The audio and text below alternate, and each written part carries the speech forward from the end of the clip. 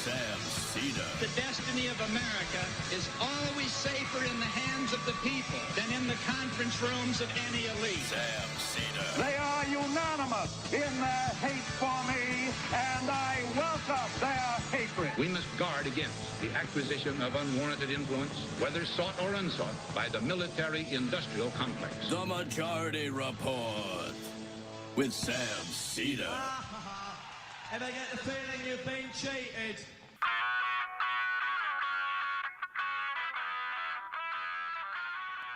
It is Tuesday, August 26th, 2025. My name is Emma Vigland, in for Sam Seder, and this is the 5-time award-winning Majority Report. We are broadcasting live, steps, from the industrially ravaged Gowanus Canal in the heartland of America, downtown Brooklyn, USA. On the program today, in Trump's continued attacks on central bank independence, he says he's firing Fed Governor Lisa Cook, who he legally cannot fire unless there's wrongdoing. So what do? Let's make something up on that front, too. The stock market tumbled in reaction to this news, particularly U.S. long-term bonds, indicating a global lack of confidence in U.S. financial governance and the dollar.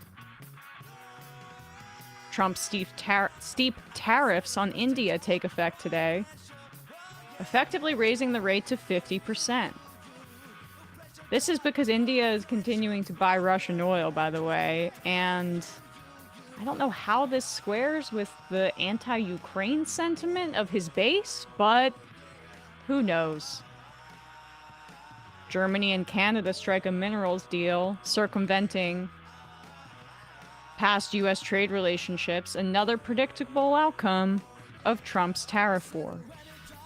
Lutnick says Trump is thinking about equity stakes in defense contractors with U.S. taxpayer money. You know, the industry that doesn't get enough U.S. taxpayer money. Trump wants to prosecute flag burning. The extremely well-established Supreme Court precedent on this front would take issue with that executive order. J.B. Pritzker and Chicago leaders stand united in opposition to Trump's threats to take over the city. A federal judge blocks the immediate deportation of Kilmar Abrego Garcia, telling the administration they are, quote, absolutely forbidden from sending him to Uganda. That's some good news. And here's some more. A Utah judge says the state must redraw its congressional maps, which could add a Democratic seat around Salt Lake City, which they currently have kind of divided in half. Marco Rubio is attacking Stanford University's student newspaper for pieces that oppose genocide. Israel's far-right Minister of Settlements, who, there's a theme here, has been accused of sexually abusing her daughter, says West Bank annexation will start this month. It's already started. And lastly, UAW workers at GE Aerospace authorize a strike, which could happen as early as next week. All this and more on today's Majority Report. Welcome to the show, everybody. It is Newsday Tuesday, and we've got a Newsday for you. Straight up, no chaser. Hello, Brian. Hello, Matt. Lots of news to get to, per usual. Although, like, it's always the same, like, 4 stories. Genocide in Gaza, Trump's attempts to take over cities in an authoritarian manner, fascist immigration policies, and the economy collapsing. We're kind of just cycling through those 4 at this point, but they keep developing every day. And last night, there was a major escalation in Trump's attack on the independence of the Fed, another theme here, which is a part of him really tanking our economy, because as he continues to attack the independence of the central bank, with every attack comes more freakouts from the investment community that needs our central bank and our financial data to be independent of the whims of an insane man in the White House, because this is the bedrock of confidence in the United States economy, is that we have accurate data and Fed independence. So Trump decided that it's time to fire the Federal Reserve governor, posted this on Truth Social in official White House letterhead, although the legality of this is very dubious. We're going to be talking about that in just a sec. Using his authority under Article 2, he fires her of her position. And basically at the bottom it says, the Federal Reserve has a tremendous responsibility for setting interest rates and regulating reserve and member banks. The American people must be able to have full confidence in the honesty of the members entrusted with setting policy and overseeing the Federal Reserve. That's a great sentiment.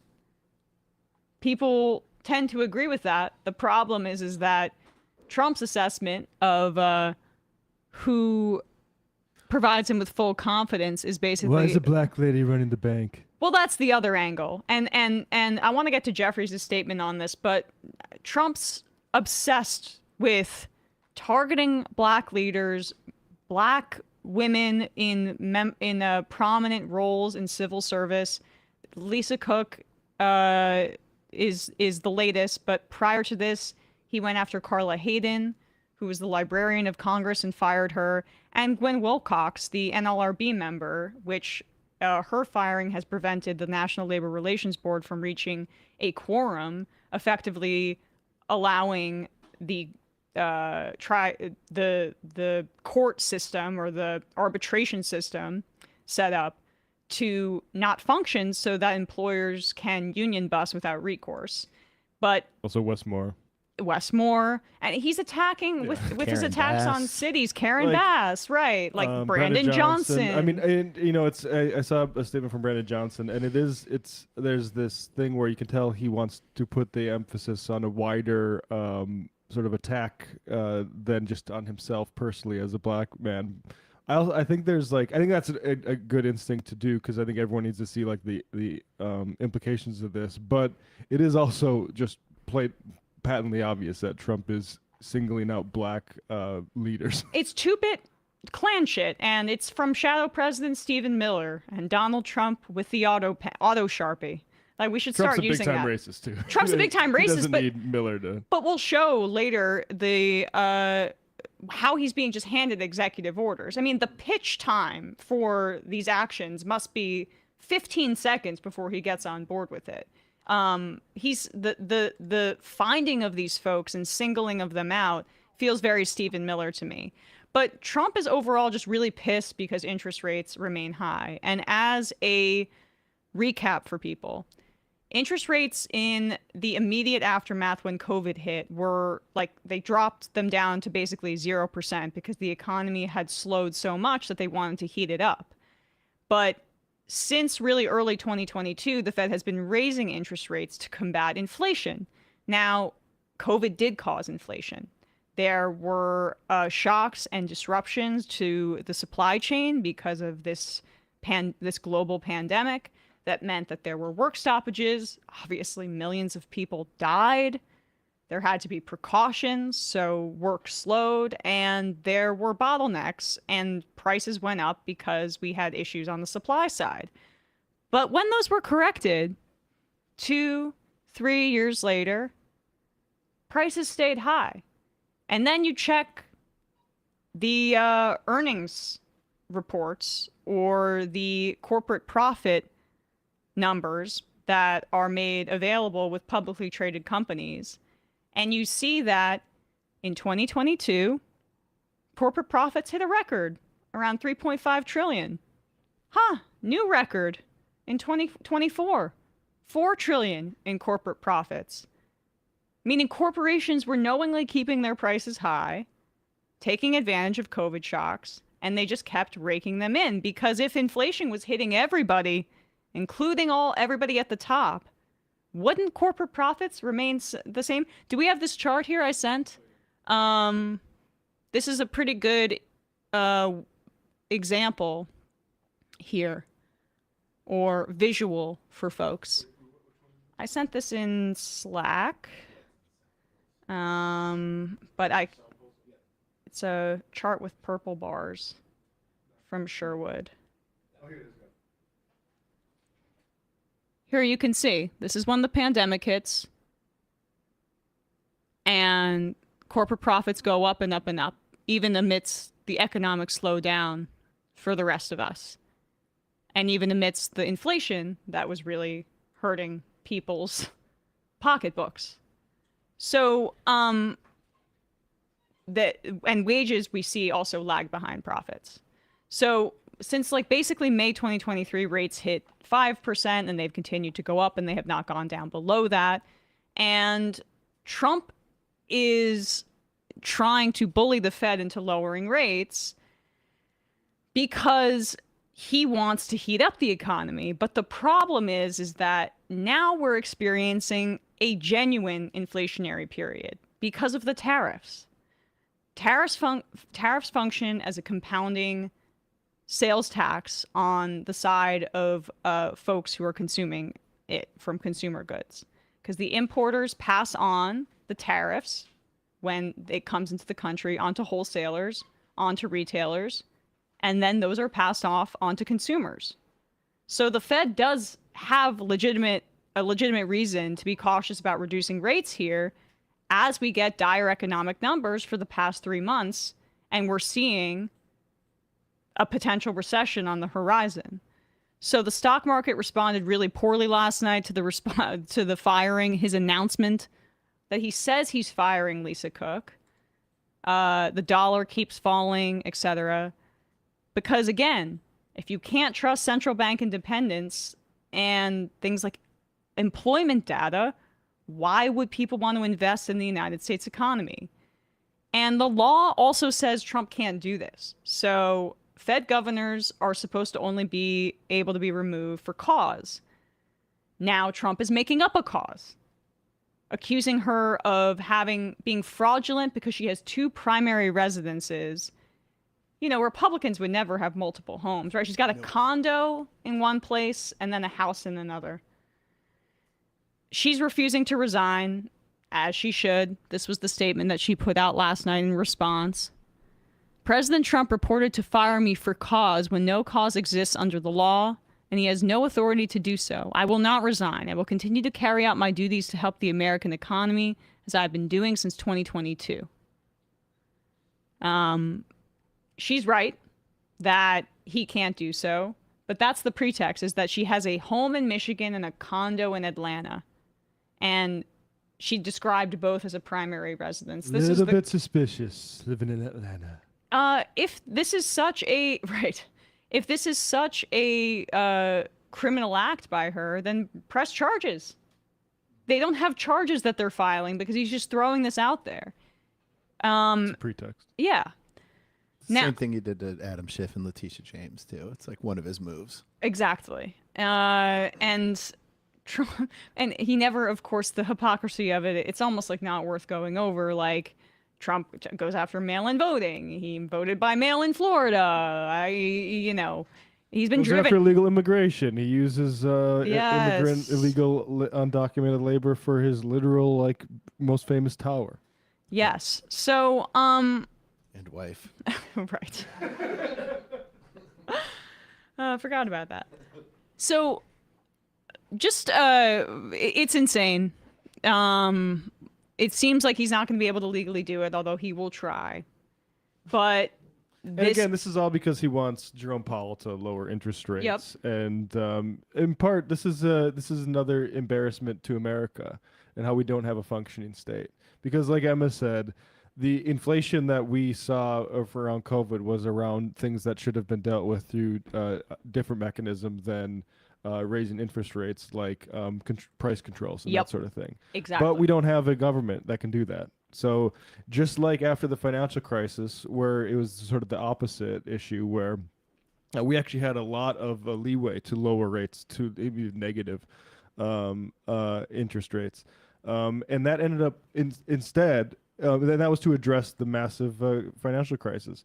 What should have been done was Congress paid for people to stay in their houses, not giving a whole bunch of money for speculators to play with, hoping that it would all balance out in the end. And instead, what we got was, the Silicon Valley bubbles, the giant banks, the too big to fail. Remember when that phrase was in the lexicon? Anyone remember that? And that's where we're here now. We're still relying on the Federal Reserve to fix all of the problems with an economy, and that's because the rest of the government isn't functioning. It's just stopped functioning. And there were efforts in terms of enforcement on the FTC side under Biden to combat this. Like, we know that they were launching investigations, Lena Khan, Jonathan Cantor, into some of the worst offenders here who took home the highest proportion of record profits, which was basically oil and gas, and grocery and food suppliers like Tyson and other, poultry and meat manufacturers.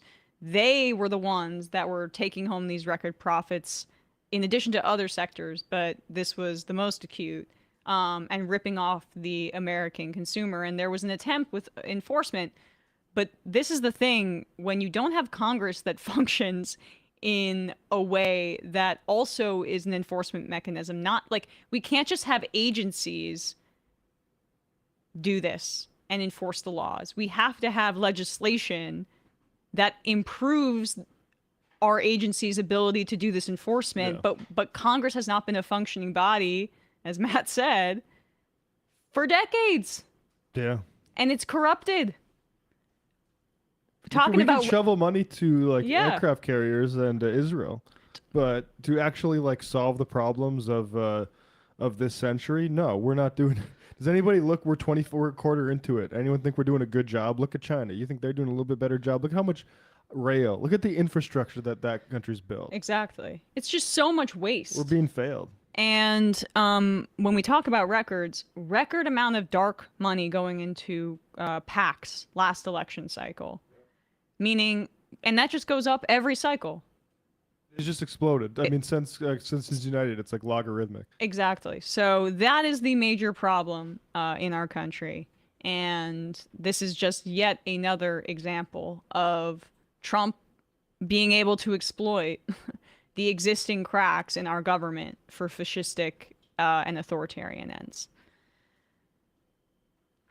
Folks, we have a word from one of our favorite sponsors, if not our favorite, Sunset Lake Sebede. As you know, our friends over at Sunset Lake Sebede have a new release just in time for Labor Day barbecues and backyard hangouts.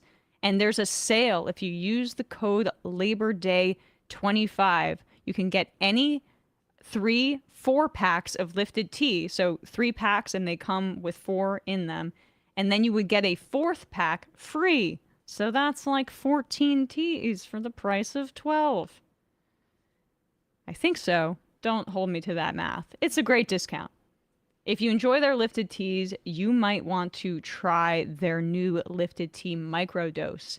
Each can has 1 milligram of THC and 5 milligrams of fast-acting CBD. So you start feeling it in about 20 minutes. The low dose means that you have a few cans and feel a booze-free bliss. They come in 2 flavors: original, a classic black iced tea with zesty lemon and just a hint of mango, and mint green, a refreshing mix of sencha green tea and a refreshing spearmint. And both are naturally sweetened with Vermont honey from a 4th-generation family farm. These lifted teas are great. I had one over the weekend. They're great, as we mentioned earlier, if, say, you're not somebody who likes to partake in alcohol or other substances that might kind of transform your mind a little bit more than this and you just want to relax. Sunset Lake CBD is the place to go for a great product and also for great CBD, because you can't beat the quality of their CBD and their growing practices. 1, they pay their employees a minimum wage of $22. 2, they have invested and partnered with the Majority Report on things like supporting strike funds and refugee resettlement, and carceral reform and all of these issues that we care about on this show. Sunset Lake is a great partner, and that shows in their product. They care about putting out great Seder products. They care about their customers. They care about their workers in the world. So here's the deal, folks. Buy any 3 4-packs and you will get a 4th one for free. Just add 4 4-packs to your cart and use the code Labor Day 25, one word, at checkout. Skip the beer and avoid the hangover while still enjoying the party with lifted tea. This promotion ends September 1st at 11:59 p.m. Eastern. Head over to sunsetlakesebede.com for terms and conditions. Again, that's code Labor Day 25 at checkout. You just got to add 4 4-packs of tea of the lifted tea to your cart, and then use Labor Day 25 at checkout. Link down below in the description wherever you're listening to or watching this. One more ad from Sam, and we'll be back with some more news. Thanks, Emma. Hey, if you're dealing with hair issues like thinning or shedding, but feel totally stuck on what to try next, I get it. There are so many products out there, it's hard to know which ones are actually going to do anything for you. That's exactly why I gave Nutrafol a closer look. Years ago, they had approached the show wanting to know if we wanted to run ads for them, and they gave us some samples. And there was nobody on the show at that time who wanted to. But years later, not years later, but sometime later, I decided, hey, wait a second. I feel like I might be thinning a little bit on top. It was basically when I would come out of the shower, I would look in my towel and I'd see way more hair than I used to. And so I started to take Nutrafol because I didn't want to take drugs. And I've had great results. Nutrafol is the #1 dermatologist recommended hair growth supplement brand. It is trusted by over 1.5 million people. And like I said, you could feel great about what you're putting into your body since Nutrafol hair growth supplements are backed by peer-reviewed studies and NSF Contents Certified, which is the gold standard in third-party certification for supplements. Many supplements will rely just on their ingredient studies. They'll look at the specific ingredients they have, and they'll say it's associated with this or this and that. Nutrafol clinically tests its final formulations to ensure their efficacy using a bunch of different hair measurement tools like hair counts, pull tests to assess growth, quality, shedding, and texture. Adding Nutrafol into your daily routine is also super easy. You'll never run out. You can sign up for a subscription. It'll come to your door. Helpful for both men and women. You can see thicker, stronger, faster growing hair with less shedding in just 3 to 6 months with Nutrafol. For a limited time, Nutrafol offering you $10 off your first month's subscription and free shipping when you go to Nutrafol.com and enter the promo code TMR10. All one word, no spaces. TMR10. Find out why Nutrafol is the best-selling hair growth supplement brand at Nutrafol.com, spelled Nutrafol.com, promo code TMR10, TMR10. That's Nutrafol.com, promo code TMR10. We'll put the links in the podcast and YouTube description. We're back. Folks, we are back. Other major story of the day. So on Friday, Trump said that Chicago's next up in this performance art by the administration. I shouldn't be so flippant about it. He's testing the boundaries in his authoritarian takeover, but like, there's nothing that these National Guardsmen are doing that is beyond like just the intimidation factor and the aesthetic of fascism. Like that, there's nothing to address except for Donald Trump wants to see how far he can go. Yeah, all the justifications are hysterical, hyperventilations, just for politics. The same thing about the supposed border crisis, which, like, to the extent that it is like overwhelming and a huge problem, it's because we've caused people to be displaced, and also we've decided to stop taking asylum seekers from those countries that we've, distressed. And the the Washington Post reported that the Pentagon has been preparing for a military deployment to Chicago for weeks at this point. We mentioned how Trump is targeting black high-profile civil servants, oftentimes the first black woman in one particular role. I know that was the case with the Librarian of Congress, but also in his attempted firing or announced firing of Lisa Cook. Although, as we said, he's prevented from doing that statutorily. We'll see how that legal fight plays out. But Trump reiterated his desire after announcing this to do this yesterday at the White House. This is when he was signing his executive orders on cashless bail and crime. And was this also the flag burning one? Yep. Okay. I mean, for all this Lost is Matt Taibbi. It's like a book signing. Yeah, I know. Just executive Hand him over. orders. Okay, Yeah. keep him going. We'll play this from the beginning where you see what this process is like for his sycophants to hand the dear leader the piece of paper to get his name on it. A lot of these are worthless. But especially, in my view, the flag burning one, which has been there's pretty much no ambiguity with the Supreme Court decisions. And I think that's distinct from Roe v. Wade because it's such an explicit First Amendment protection. Now, never say never, but that's the thing is does the Supreme Court want to decide to just completely overrule its credibility? Like the whole, what do they call it, stare decisis, or defer to previous decisions or whatever. Do they really want to jettison that for something stupid like this just because they're a little bit sensitive to the fact that in certain instances, it looks like it's more of a problem to burn the Israeli flag in America than the American flag. That's really, I think, why Trump is sensitive to this now. Roe v. Wade is different because there was decades of basically legal vetting and promoting people within the conservative legal apparatus for the explicit purpose of overturning the right to an abortion in this country, and they were successful. We'll see if that happens with flag burning, but that's a bit of an aside because in the midst of the signing spree, he addresses his desired takeover of Chicago. Okay, let's go. Could I ask you to say exactly what this is? Of course. So Okay. So that was just my favorite part. He has no idea what's being put in front of him. When all the right-wing media is obsessed with Biden and the auto pen. Trump may not have an auto pen software that signs for him, but he's basically auto Sharpie because there's nothing going on up there, and he puts no thought into anything he does. All projection. And also, he is deteriorating mentally very quickly. Pritzker points this out in his response, but here we go. It's going to be very funny to see all the people say, how could you cover for Biden, cover for Trump for the next 3 years? Also, why is the World Cup trophy there? Dementia Don. Get that gold World Trophy. Oh my God, he needs another gold accessory. That's what the room needs. So as you've consistently identified, sir, cashless bail policies are a key driver of the disorder we see on city streets all over America. Catch and release system allows criminals to keep going back out onto the street and reoffending.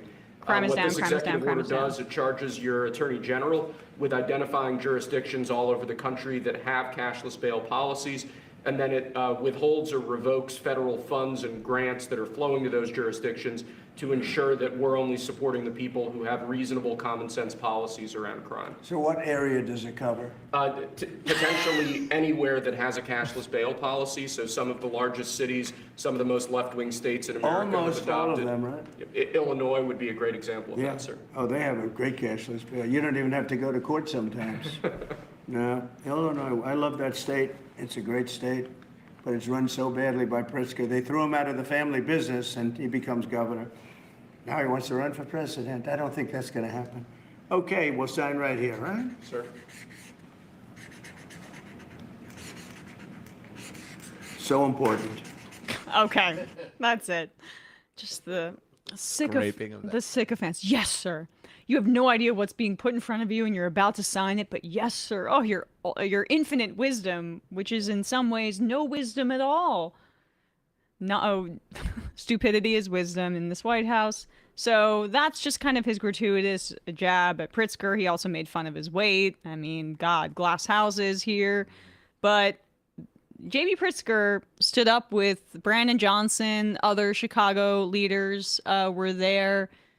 You can see that's Durbin in the background, and Tammy Duckworth was there too. They all did this joint press conference in Chicago, and the whole thing is worth a listen. But there are a bunch of really great parts here that Pritzker just nails Trump on. Obviously, he's auditioning for president in 2028. So is Newsom. But I find Pritzker to be a much more compelling option with more teeth behind him. Oh, he's got to distance himself from AIPAC. He's got to prove that he's a billionaire that wants to tax the hell out of other billionaires. There's a long way to go.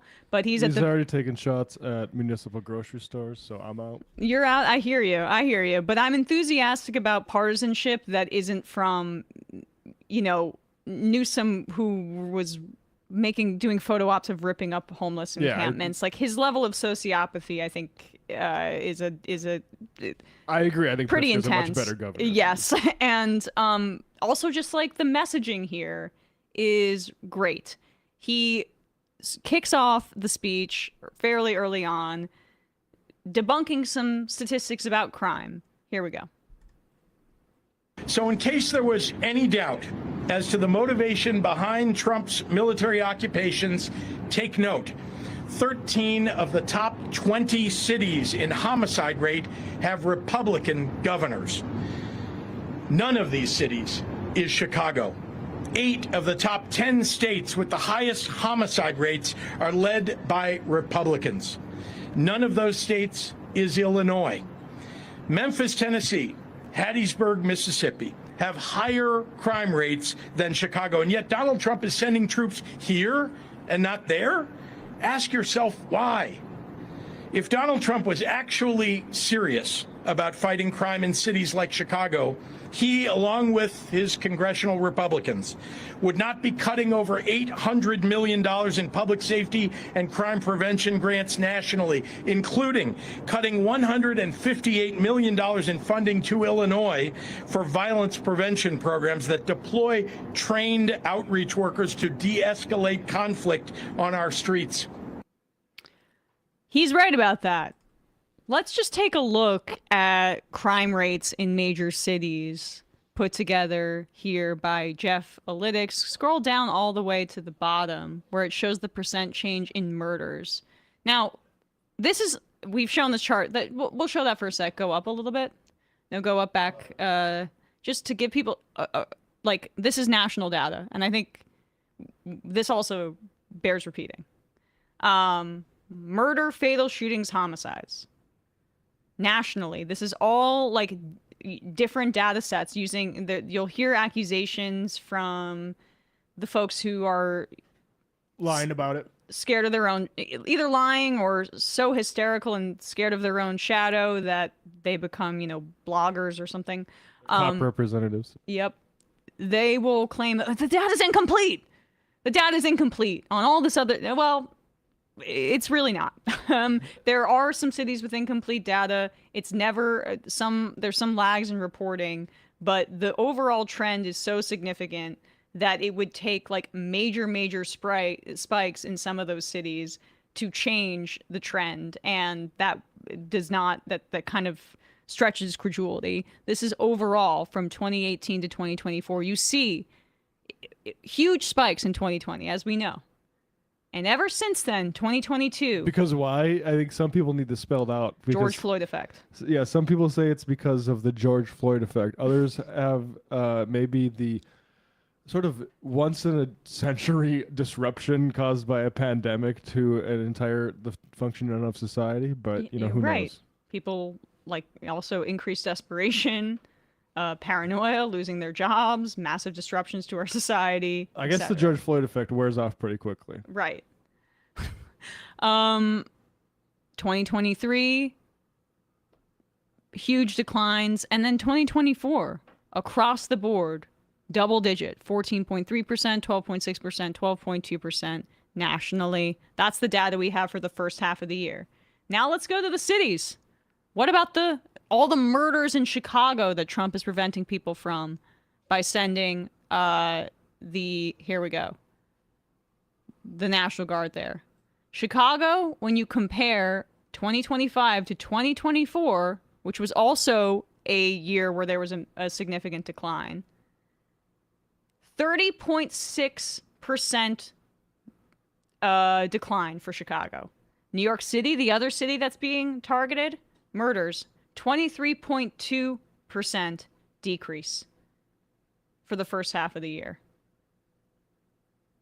It's, I mean, some of the places where you're seeing increases, Kansas City, Milwaukee. Like per capita, these are more cities with worse problems. But when you look at the difference in Milwaukee, that's a percentage change that can be misleading because it's literally an increase by 7 murders. Right. And the data is that are sent in the National Guard. Right. It's just, it makes absolutely no sense. And that's not where Trump is sending the National Guard.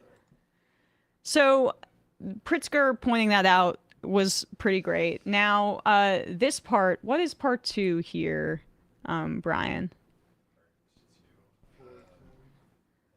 Okay. No, it's all right.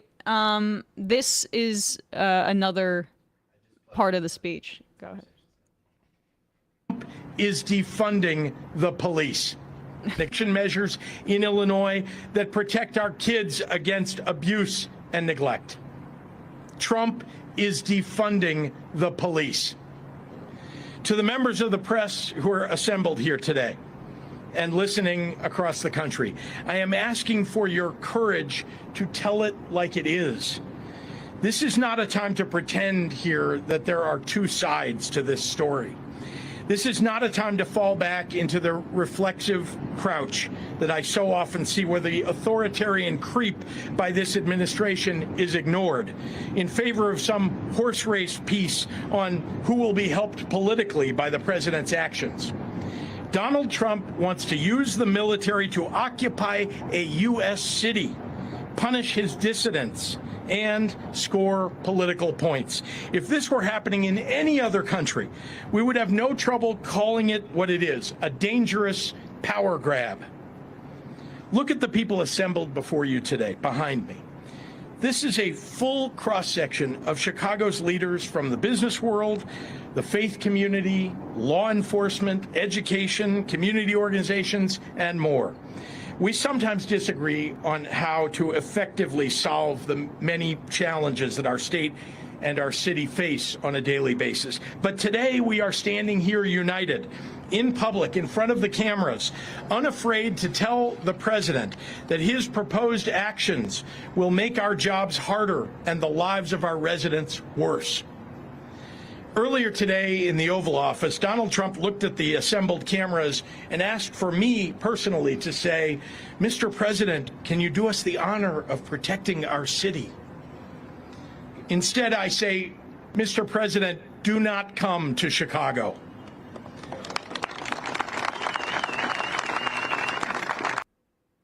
A little more.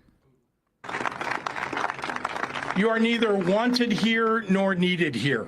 Your remarks about this effort over the last several weeks have betrayed a continuing slip in your mental faculties and are not fit for the auspicious office that you occupy. Most alarming, you seem to lack any appropriate concern as our commander-in-chief for the members of the military that you would so callously deploy as pawns in your ever more alarming grabs for power. As a governor, I've had to make the decision. I liked his kind of mention, first of all, the trolling of Trump there and his declining mental faculties is fun. But at one point in the speech, he also mentions how many of the National Guardsmen are there unwillingly and could be basically prosecuted if they refuse to comply with some of these orders. I think it's easy for folks to forget that Trump is, while he calls himself the top law enforcement officer in the country falsely, that's Pam Bondi, although she acts as his proxy, he is the head of the military.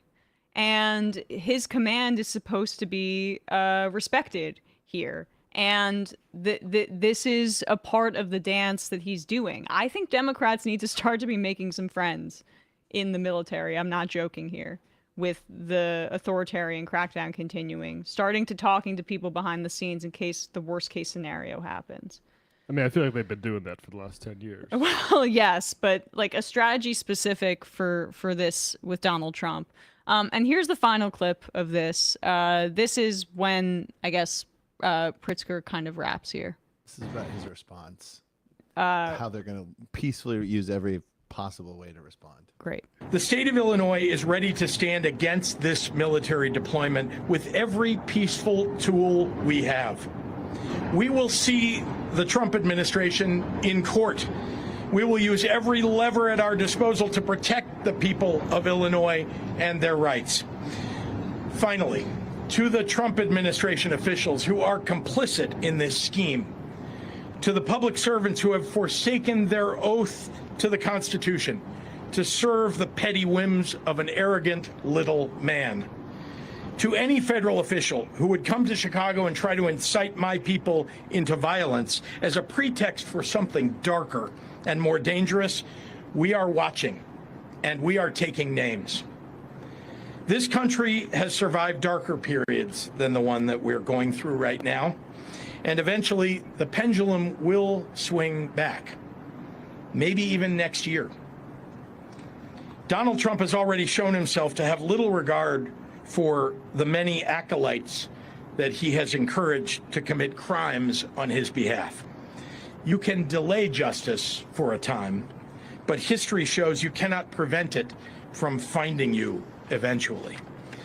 If you hurt my people, nothing will stop me, not time or political circumstance, from making sure that you face justice under our constitutional rule of law. As Dr. King once said. That's good. For me, that is Pritzker basically saying, if I become president in 2028, I'm prosecuting you guys. And I like that. I really do like that. I think that that should be the basically baseline position of Democrats going forward. Because the reason that we are at a point right now where Republicans like this feel like they can act with impunity is because Democrats have continuously rolled over regardless of what Republicans have done. Whether it be the egregious, unimaginable, unspeakable crime of the Iraq War, which killed up to 1 million people and hurt so many of our service members, PTSD in a needless war that was manufactured by the Bush administration, torture, war crimes, cover-ups, corruption. The Democratic Party let that go. Obama comes into office. It's time to turn the page. How about also on the financial crisis with Wall Street? Time to turn the page. No accountability here. Well, what happens when a guy like Donald Trump gets into office? He commits crimes. There were efforts at impeachment in Trump 1.0, but after he tried to stage a coup, shouldn't Biden have tried to prosecute the guy immediately in the way that other functioning countries like Brazil are doing now? Lula, his administration is independent from the efforts to go after Bolsonaro. But that's the kind of thing that that Biden should have done, appointing basically a special prosecutor to specifically prosecute Trump for a coup attempt in January 6th. He should have been prevented from running again in a functioning democracy. Cory Bush introduced legislation to boot out the representatives who supported the Jan 6 coup. Where's she at now? And right, exactly. And so I like that. That's a cocky move, saying basically, if I become president, justice won't escape you. And see, I didn't even read the president thing, and I viewed that as like rich guy thing, which is like I have resources, which is this is what you would want. I mean, I don't trust Pritzker. I don't trust him as a billionaire, but to the extent that you want to make yourself understandable to voters as a super rich guy, it is like, oh, I have. This is why Trump actually had some success. It's just like I have the sort of a wherewithal materially to stand up for you in a fight. And that's exactly what Pritzker should be doing right now, because it is, how this is all going to shake out down the line for the different people in things, that's sort of secondary. Like right now, there is an absolute emergency where Trump is using powers that, like, sure, I think the National Guard can be imposed on states when they're, say, not allowing black little girls to go into public school. This sort of thing where you create an entire fever dream about crime for campaign reasons, frankly. And now you have cities being occupied by the National Guard. Like that needs to be, everything needs to be thrown against that. You can't half measure that. And it can't even be about like, well, he doesn't have the right to do this, because like I said, like there are situations where like, yeah, I think Abe Lincoln, had he lived, should have occupied the South for a long ass time. This has to be about like what this is, which is a lie about the state of our society and a use of the military to address it. Yeah, well, the jury is still out, but this is how you throw your weight around as a billionaire, and I am not Pollyannish about what it's going to take on this billionaire class, where we're at gilded age levels of income and wealth inequality. We have to break their backs with taxation. The question is what's the best mechanism to do it? If Pritzker chooses to, he can make a case saying, I'm the billionaire that will tax other billionaires out of existence. I shouldn't exist. My wealth shouldn't be this high, and I'll reject my AIPAC connections. But he has to do that first. However, in terms of just like explicit partisanship, it's good to see. Versus Nancy Pelosi, like when she took over as leader for the Democrats in the House at the end of the Bush administration, this was not the position, because there were other Democrats that were complicit in the war crimes of the Iraq War, namely the woman that was supposed to be the front runner in that upcoming primary in Hillary Clinton. And Obama beat her, in part because of his for that reason. opposition to the Iraq War. And that's going to be the litmus test for Democrats. So yes, jury's still out on Pritzker, but he's at least providing, in my view, a baseline of how Democrats should approach these criminals in the White House. This is not just, Republicans win sometimes, Democrats win sometimes. These are incredible, unspeakable crimes. And it's not just against brown people in the Middle East. I mean, every administration seems to get away with that crap. But this is against American citizens. And it's against American citizens in their deportation regime.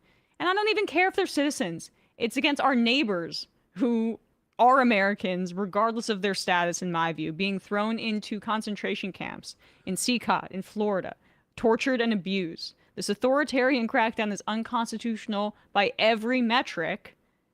And they should be met with justice in a way that meets their crimes. And I like to see it. And I mean, just to the point about the National Guardsmen, this is from Texas Public Radio, December 6, 2024. At least 17 National Guardsmen died patrolling the southern border, including several suicides. Like this is just senseless. And you see this sort of thing when it was going on in California, like they're sitting around just on backpacks. It's disgusting what we're doing as a government and as a country, like just marching kids around to occupy the National Mall in DC because like representatives from South Carolina think it's scary to be there. It's ludicrous. Yep. We'll wrap here with a more kind of uplifting story, at least in my estimation. So these town halls across the country have been very few and far between, in part due to the fact that the Republican Party nationally is telling its members not to do it. Don't deal with your constituents. Our whole agenda is the anti-democracy agenda. That would be too much democracy, too much accountability for you for stripping healthcare away from tens of millions of people and voting for the largest transfer of wealth to the top earners in this country ever in one bill, basically, in our modern history. Don't be held accountable for that. Let's skate by. We pass the big ass ugly bill. Don't give people the image of others being angry about it. Yeah, don't show how furious the public is with you, even though you're supposed to be a representative of your constituents, right? Well, every now and again, we get a Republican that feels a little bit of guilt or is getting a little bit too much heat back home, and they acquiesce and they host a town hall. Now, Mark Alford's done actually maybe one of the guys that's done this a few times, if I'm not mistaken, right, Brian? I think we've covered some of his town halls before. Yeah, he's done some other ones. So I mean, not so much credit, but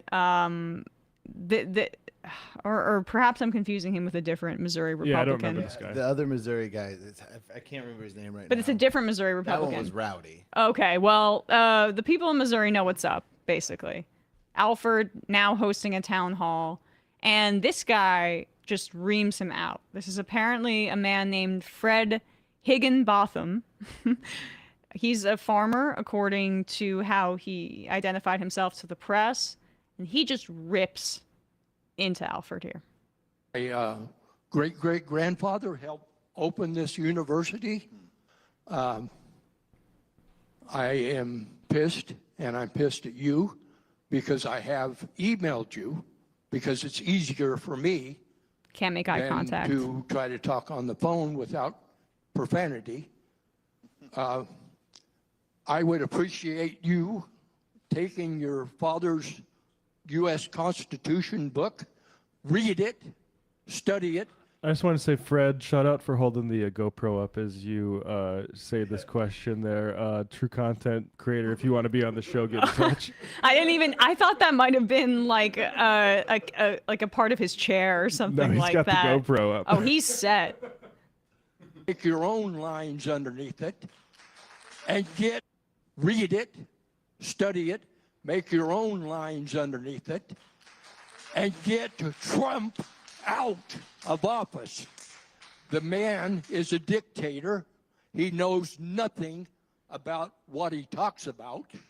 I listened to him for about a half hour today, and I got sick at all the lies he brought up. Now, I'm about ready to lose my farm. Do you know why? I'm sure you don't know why. Lose your what, sir? Farm. Farm? Yeah. Why is that, sir? Because Missouri does not have wills. They have trust. They have legal zigzags. And a trust, most people don't know anything about. So I'm dealing with a state that's a crooked state, doesn't care about what farmers happen. The only reason why we have farmers today is because the federal government funds them. How much money of our tax money goes to farmers? Farmers work very hard, but they're funded by the federal government, not by selling groceries. That's what Foster Farms and all of those characters, that's where they get their money. The price of steaks, $20 a pound, because of big business. You want to straighten out the budget? Start taxing corporations and the wealthy, like we've been telling you. Do you think we're idiots? Do you think we don't pay taxes? Do you think that we don't have to make budgets? You talk about half-truths when I listen to you. You know nothing about taking care of children because you've always had a really good-paying job. You know nothing about what a working-class citizen does. Come down here. Come down here and start trying to pay your medical insurance. Come down here and walk into Costco to try to feed your family, to feed your kid that's moved out, to feed your great-grandchildren. I had a very good job in California, and I'm able to feed my family, and it goes all the way to great-grandchildren. You're not helping me. Believe me, you're not helping me. You need to take your head out of Trump's ass and start doing your representation of us. Whew. I mean, that chills. That is the first part about farming. Any farmer knows that it's not the free market. They're against massive government support, and the basically not taking sides for small farmers versus giant corporations means giant corporations are going to eat everyone. The other thing is he's exactly right about the head and the ass thing, because the representatives in government, the Republicans, you're supposed to be represented by those guys, right? Or Democrats if you're in a blue district. They're supposed to be the ones doing the oversight. Mm-hmm. This whole Doge shit that is now like some sort of memory they all pretend didn't happen. That was a simulation of what all these motherfuckers should have been doing. Like in their sort of mind, which is like, we're the small government, we're making sure there's no waste, fraud, abuse. You gave it to a parasite, a psycho government contractor who should have been investigated himself. You gave him the role that you should have been playing, so you could go fundraise, avoid town halls until now. Like it is we don't have a democracy here, because these people are just liaisons to donors. They don't represent the people that from districts they supposedly represent. They're just literally the Doge thing is just a microcosm. They're giving it all over to corporations and billionaires. Let them do everything. And I was wondering if this district was, like a gerrymandered Kansas City district or around an urban center in Missouri. But Missouri's 4th congressional district, represented there by Alford, predominantly rural. Bush defeated Kerry there. McCain defeated Obama there. It's a largely Republican district. Cook has it at R+21. And that's the response that he's getting there. And I wrote down that quote just because it was so incredible. You want to straighten out the budget? Start taxing corporations and the wealthy like we've been telling you. Do you think we're idiots? Do you think we don't pay taxes? Do you think we don't have to make budgets? Now, we've sometimes had conversations on this show about Stephanie Kelton's great book, The Deficit Myth, and MMT, and how, yes, the budget does not need to be balanced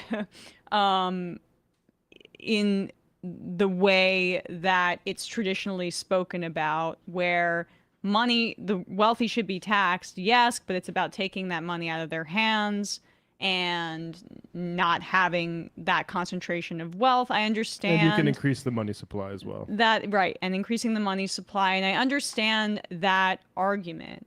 But from a political strategy point of view, talking about balanced budgets, Democrats can do that again. But not in the way that the Pelosi's and the Pagos and the current Democratic leadership has traditionally talked about it, which is austerity focused. How you sell common sense economics to people across the country is you say that you're going to balance the budget by taxing the hell out of the rich. The reason that we haven't been able to make that argument within the Democratic Party is because the Democratic Party doesn't want to make that argument. But it's actually incredibly salient. As that guy says, do you think we're idiots? Do you think we don't have to make budgets? Households understand how to budget, and it's increasingly difficult. And if you want to talk about the federal government in that way, about how to sell taxing wealthy people and then providing social services, but also using it as a fiscal responsibility cudgel, I find that to be a basically slam dunk. That would be the argument that wins that guy over immediately. And I don't know what his politics are, but there are a lot of people who are smaller business owners who would be more sympathetic to that than when you would say it doesn't matter at all. Democrats can win farmers that rely on the government, and what that is a larger. It's less budget and actually the political economy. The economy is political. Yeah. So how are we having these conversations? Like, during the last 10 years of like, oh, where's the money? When rich people are richer than ever. We know where the money is. It's in their pockets. They're breaking records with it. We have greater inequality than the Gilded Age. Yep. We're not just repeating the Gilded Age. We're topping it. We're topping the Gilded Age right now. Maybe we're French Revolution levels. We're gonna have the guillotines. I literally think that we've never seen levels of extreme wealth inequality in the world history that have been created right now by modern capitalism. I don't think it was possible before to have the billions and billions of dollars that they have. Bezos says like, oh, I don't know what to do, but blast it off into space. Yeah. You abuse people at a mass scale. The burnout rate for Amazon workers is crazy. He tears through people's bodies like he's some sort of warlord, sending them into battle.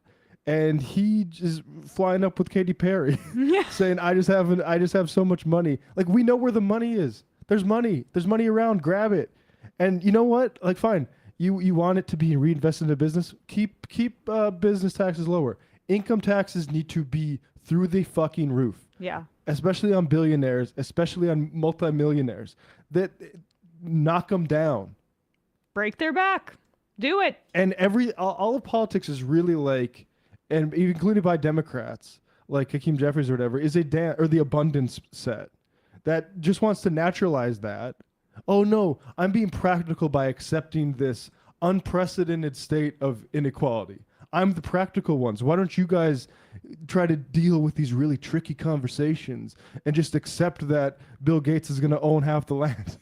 No, it doesn't work. It's not fucking working for anyone. People are going to be done with it one way or the other. And if it's going to be Trump like destroying the Federal Reserve, it will be if the Democrats don't do shit. If they keep thinking like, oh, every time we get into office, we just got to maintain it. And look, I credit Biden with the enforcement stuff, but there needed to be major tax increases that were, Manchin killed it, Sinema killed it, sure, but that should have been a sprint at the beginning of the administration when Manchin and Sinema were on board for much bigger, like when Biden's political capital was greater. You have to really take this stuff out root and branch, and we haven't done it, so that's why we're here now. But it's also a way to sell, like the genocide in Gaza is connected to this as well. That's more wealth and more of taxpayer dollars going towards genocide. You can make the case about money and allocation and resources and budgeting that isn't one that's austerity focused. And the reason that it's only gone in that direction is because the Democratic Party is corrupted on a leadership level, save for, 30, 40, whatever, 50 members of both the Senate and the House that are really fighting the good fight here. And there are members with mixed records. I get it. But the incentive structure is corrupting. And leadership, it's so far gone. They won't approach the idea of tax increases. And it's political malpractice, tax increases on the wealthy. And so, if you want to talk about pay-go, you want to talk about balanced budgets, I'm all for it. Let's reclaim that conversation, but make it about raising revenue and reallocating resources to slaughtering babies to making your life materially better. That is a politically salient, almost infallible argument that can cut across race, gender, geography, class-based politics, ones that are about taking all of this billionaire money and giving it to you for universal childcare, universal health care. That is the argument, and it's staring Democrats in the face, and many of them are refusing to take it. But listen to that guy. I'm reading that quote one more time. You want to straighten out the budget? Start taxing corporations and the wealthy like we've been telling you. Do you think we're idiots? Do you think we don't pay taxes? Do you think we don't have to make budgets? That's the other thing that's been so great about the Zoran campaign. And now Graham Plattner is incorporating a lot of this. He has, some carryover from Zoran's campaign. It's very encouraging. You go to their website and they explain exactly what they're going to do. No more how you going to pay for it. It's on the platform, you dummy. The free bus thing, we know how he wants to pay for it. He wants to increase the corporate tax rate to match across the river in New Jersey. It's about 4-ish percentage points, right? It's on the site. just don't talk to people like idiots and make the math make sense to people. And that's my critique sometimes of just like how Democrats have approached the budgetary conversation is it sounds irresponsible to people. It sounds like irresponsible leadership. It's not tangible. When you make those points, I think it's a lot easier to get your agenda across. I mean, the rub is it has to be a sort of class war. Right, but well, right. Yeah, the rub is like everything we've ever talked about. And so, like, I mean, that's why the abundance thing, it is so funny to me. It is like, it is this attempt to say, well, look, there might be a problem, how unequal everything is. We just got to accept it and try to do deals and, no, that the concentration of wealth isn't going to work. Like, it's not, and everyone sees it, even that guy. Yep. Well, he might be more sensitive to it because his farm's going to get bought up by, some giant agriculture conglomerate. All right. With that, we'll wrap up the first hour of the show. Head into the fun half, where we will take your calls, read your IMs, and do some more fun clips. Matt, what's happening on Left Reckoning? Left Reckoning, big show tonight. We had two guests, one on Nordic socialism and one with a book called War Body on the health impacts of being a veteran. So check that out, patreon.com/Left Reckoning. Also got a fun half for folks where Texas is still trying to ban THC. So they're living in a weird place down there in Freedom Land. Love all the freedom going on down there. Patreon.com/Left Reckoning tonight, 7 o'clock Eastern. Didn't Trump a few days ago say that he's gonna reconsider moving I guess he's considering moving cannabis from Schedule 1 to Schedule 3. That would be a good thing, right? I keep forgetting. Something Biden didn't do? Yeah, something Biden did too. I doubt he will, but I mean, he starts doing some high-profile, obvious shit that Democrats should have been doing maybe when they were in office, and the midterms could get scary again for Democrats. Yep. We haven't played the thing about their low registration. It's a broken party right now, and people keep saying like the leadership should step down. Don't ask the leadership to. Ask other Democrats to figure out how to get no confidence and remove them, because they're doing the job that they want to be doing, as far as I'm concerned. I don't think Chuck Schumer thinks he's doing a bad job. I don't think Hakeem Jeffries thinks he's doing a bad job. I don't think they're fighting the same fight that we are. Yeah, that's why it's encouraging to see Graham Plattner basically explicitly say that he will not support Chuck Schumer for leader if he gets elected. We'll play that probably first thing in the fun half. So we'll see you on the other side, guys. But if you can, please support the show. Join the MajorityReport.com. You can IM the show.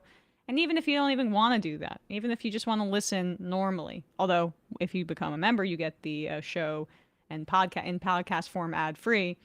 It's just a nice thing to do to keep us afloat. I know wallets are tight right now, but if you have a little bit of extra cash to throw our way, becoming a member is a great way to support the show. Make up for the members whose jobs are going away because Trump used a random number generator to determine tariff policy. Exactly.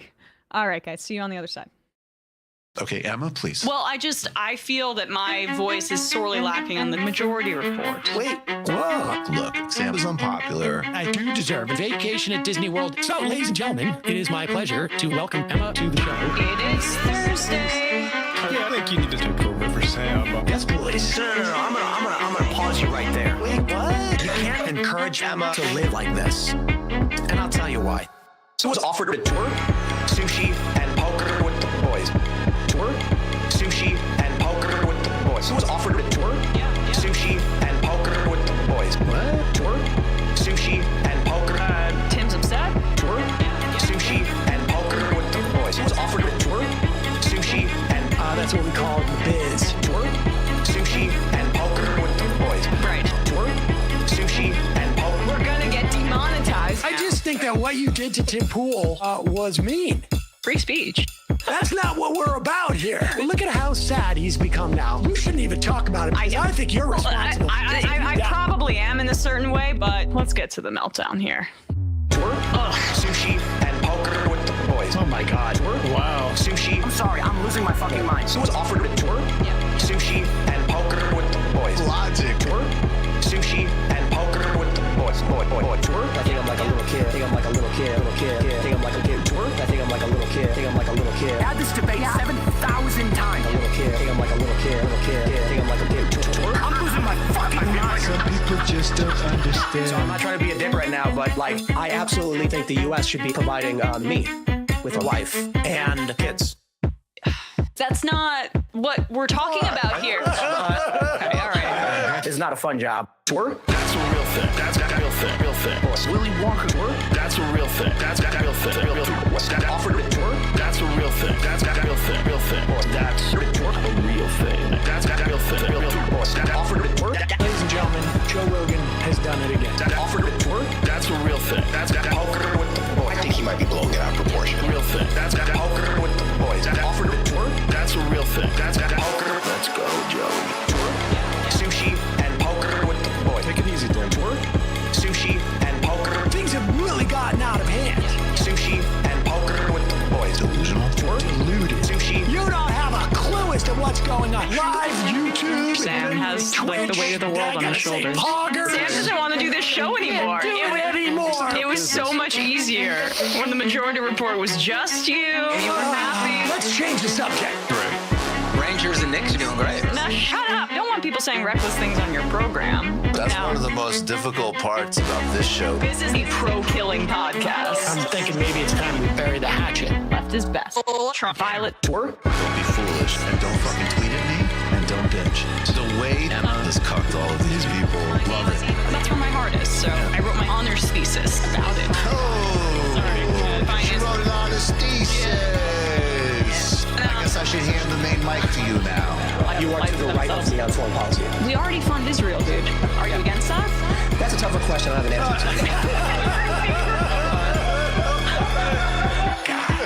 answer to. Incredible theme song. Hi, Bumbler. Emma Vigeland, absolutely one of my favorite people. Actually, not just in the game, like period.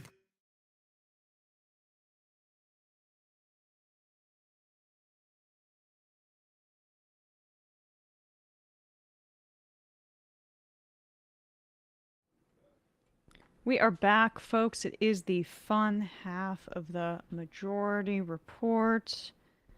Oh, we didn't call in. I forgot. Dark Woke Wizard. Sure, the vast majority of billionaires are definitely bad, but y'all need to give a pass to Pritzker's family since they use their wealth to support healthcare for trans youth. JB's cousin Jennifer is the first billionaire trans woman and a retired lieutenant colonel. It's beyond the Illinois National Guard. The more money being used to protect trans kids, the better, right?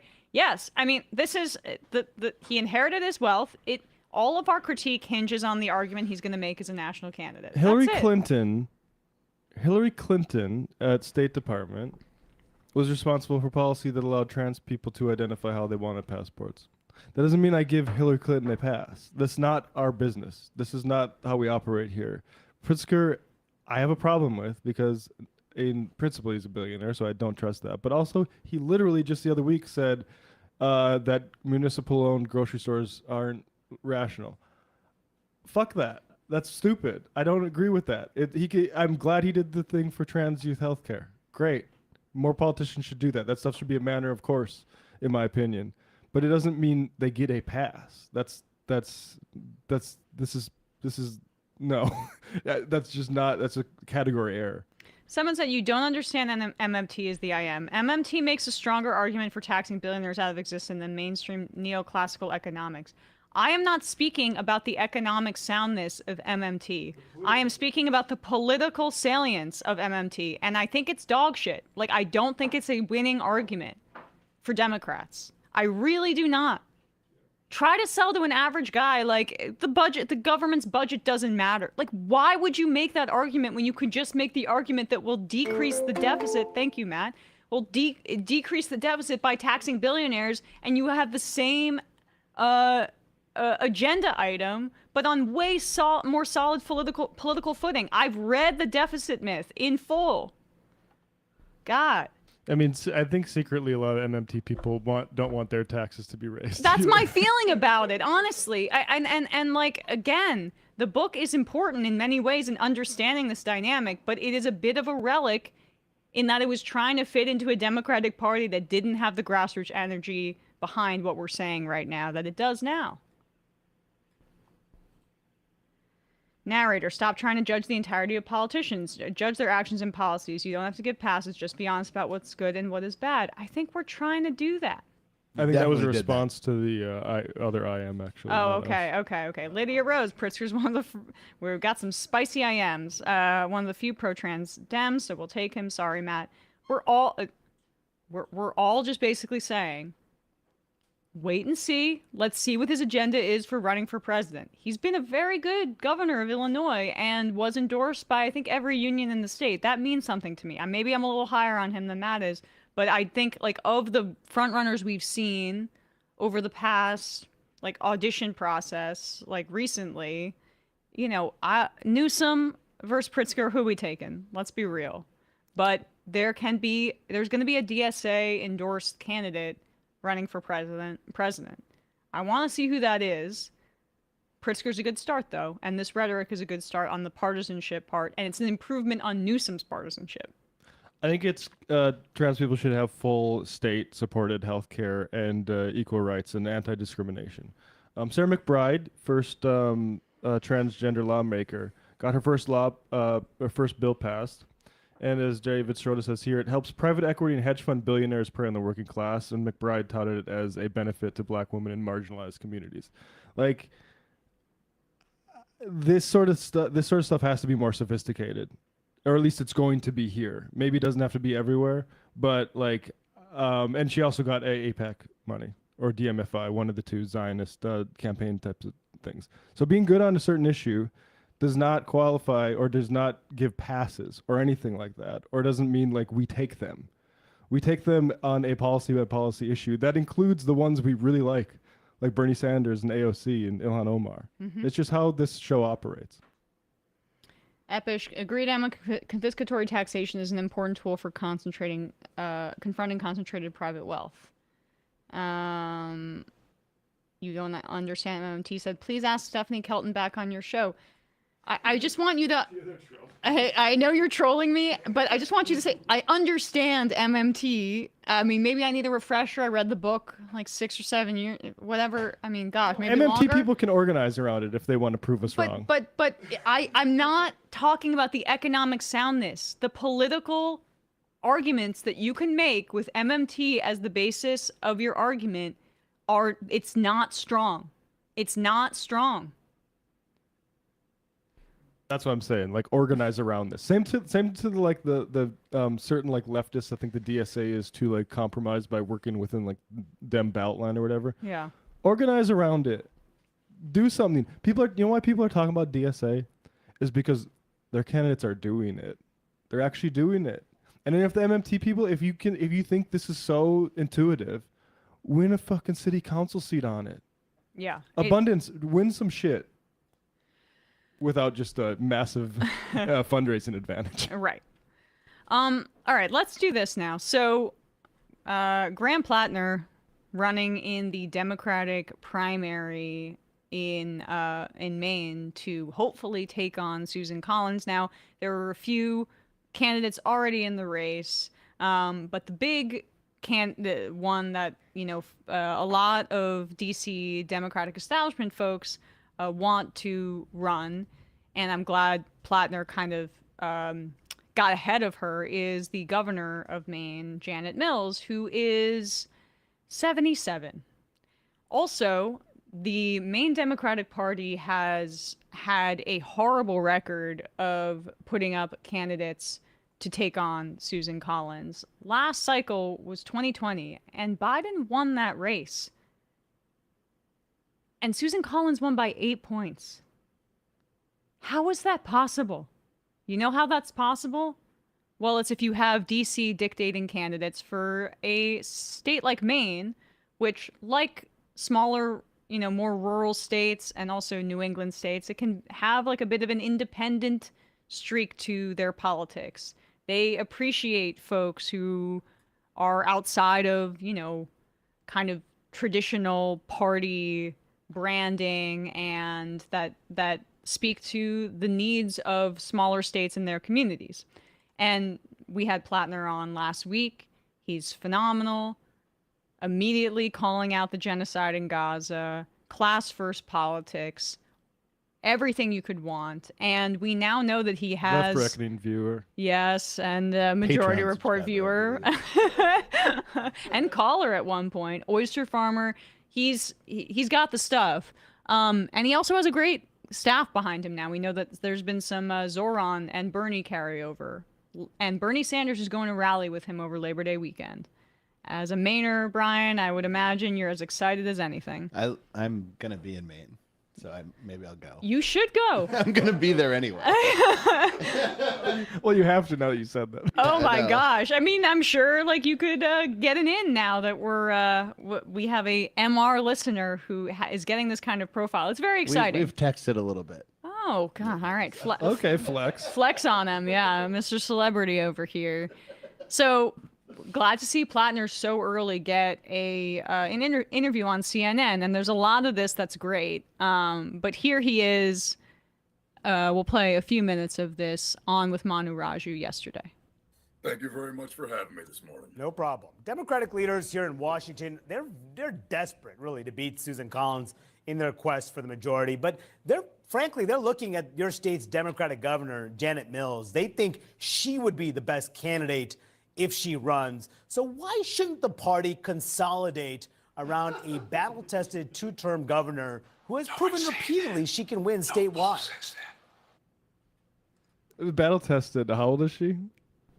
77. Exactly. I think that battle was World War One. I mean, that's the thing is like I'm always fascinated by World War One history, where the Brits thought they could bring like old wooden ships that they'd been patrolling like the Atlantic with for the last 100 years into war, and then it's like, oh no, we got submarines now. You're not built for this, actually. Let's see, Janet Mills, 77 years old now. Battle tested.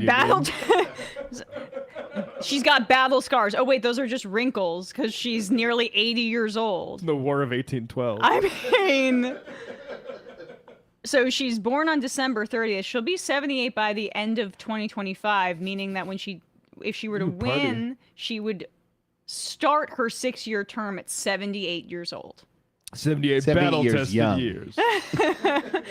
Sorry to be ageist, but Dianne Feinstein was crushing it at, what, 106? You gotta question the Democratic insiders that after what we just experienced with Biden clinging onto power and giving a runway for Donald Trump to do a fascist authoritarian takeover of the United States, like that perhaps some of these Democratic insiders might take a breath and think and have some introspection about putting up a 77-year-old for a Senate position. Yeah. Battle-hardened 77-year-old. She had one soundbite that "We'll see you in court." She's like the Hawk Tuah of this, like of the DNC. Oh right, she's the "We'll see you in court" later. We'll see you in court. Okay. She had one soundbite, and now the DNC is like, oh yeah. All you need. That's all we need. All you need is one viral moment to propel you. Just ask Kamala Harris at the debate. Oh wait. Ask Hillary Clinton when she got her big two phones moment. And everyone's like, well, this is our next president. I would say here's another one. Seasoned. Okay. Seasoned. That's a euphemism. Yeah, like a cast iron. Battle-hardened. Don't put Janet Mills in the dishwasher. Looking at your state's Democratic governor, Janet Mills, they think she would be the best candidate if she runs. So why shouldn't the party consolidate around a battle-tested two-term governor who has proven repeatedly she can win statewide? Repeatedly. If we keep running the same kinds of playbooks, if we keep having DC choose candidates for Maine that don't always represent a good, the entire electorate of the state, then we run the risk of having another 2020. And I feel that, frankly, because of the fact I was born and raised here, the kind of life that I've lived, the kind of work that I do, I have a connection with a lot of folks throughout the state, Republican, Democrat, independent, unenrolled, that I think other candidates just don't have. So if she runs, the governor, Janet Mills, would you drop out of the race? No. We're going to run the campaign we want. All right. Just pause for a sec. So I'm reminded of Bernie's hatred of the corporate press. I watched this whole interview last night. I was doing other things. I'm pretty sure every question is horse race related. Just so you, just pay attention, Yeah, because Plattner is running on a platform that puts forward the working class and is an anti-billionaire, anti-genocide platform that wants to take on the oligarchs and return wealth to the American people and to specifically people in Maine. And you're not going to hear much about that in questions. And this is what Bernie's dealt with his entire career. Also, has Janet Mills announced? No, she hasn't announced. But they're desperate. But they're worried now. This is crazy. Like, will you drop out? They bet for this entire summer. It looks there's stories of Democrats trying to recruit her. She doesn't want to do it. She's tired. And we've She's talked 77 years old. Yes, and age is not the only thing. We've said, like, okay, we don't want replacements of older corporate Democrats with new corporate Democrats, but age is something I've heard across centrists to leftists as a baseline issue. And the Democrats nationally are like, but what if we ignored not just the progressive base this time, but like 100% of Democratic voters? I mean, that's how the big beautiful bill passed. It's like 3 cancer patients died. It's like 80-year-old cancer. Although I guess they're used to it because only 8% of Democrats support Israel's military action in Gaza, and they've done a pretty good job of ignoring that 92%. That I think other candidates just don't have. So if she runs, the governor, Janet Mills, would you drop out of the race? No, I'd stay in. We're going to run the campaign we want to run. All right. So let me talk to you about your party, because poll after poll shows the Democratic brand at all-time lows. And a New York Times analysis this week found your party lost millions of registered voters in recent years. Do you have confidence that Democratic leaders know how to change this very negative public perception about your party? No. I'm doing this because I feel that we need to rebuild the party from the ground up. There was a time when this was a party that actually represented the working class, when it represented unions, when it represented big structural changes that were going to help working people. We haven't had that for a real long time. And there's a lot of finger pointing about who's to blame. But truthfully, I just think that at its core, we need to really start rebuilding from the ground up and turning the party back into a party of the working class that goes and fights for the working class. So to that point, I mean, if you win next year, your first vote would be on choosing the next Democratic leader. Okay, I'm sorry. Just pause it again. To that point about remaking the party to represent the interests of the working class, if you win, what's going to be your vote on Democratic leader? I mean, like, I get it, but you just, even when they, it's just an insane way to respond to, like, what is your agenda? How will you support the working class? What does that entail? No, horse race. Who's in leadership? Drama. Yeah, you're an. How about you're an oyster farmer? Why are you getting involved in politics? Right. What motivated you? Okay. Anyway. Let's see, and then. Oh, but here we go. We gotta get this structure. But it's just such a. It's really jarring to see someone so substantive with like the most vapid, producer in the ear questions to try to make a headline and not inform anybody about anything important. This is what has been going on with our media way before the internet. Like, this is why political media has been, and cable has always been pretty horrible, because it has been this focus on I mean, this is a pretty hilarious degree of it, but pretty much this sort of thing of, I'm not going to get into like what we're actually going to do on policy. It's going to be, do you support or what do you think about the political, horse race? Well, but with that said, I love his answer. Long time.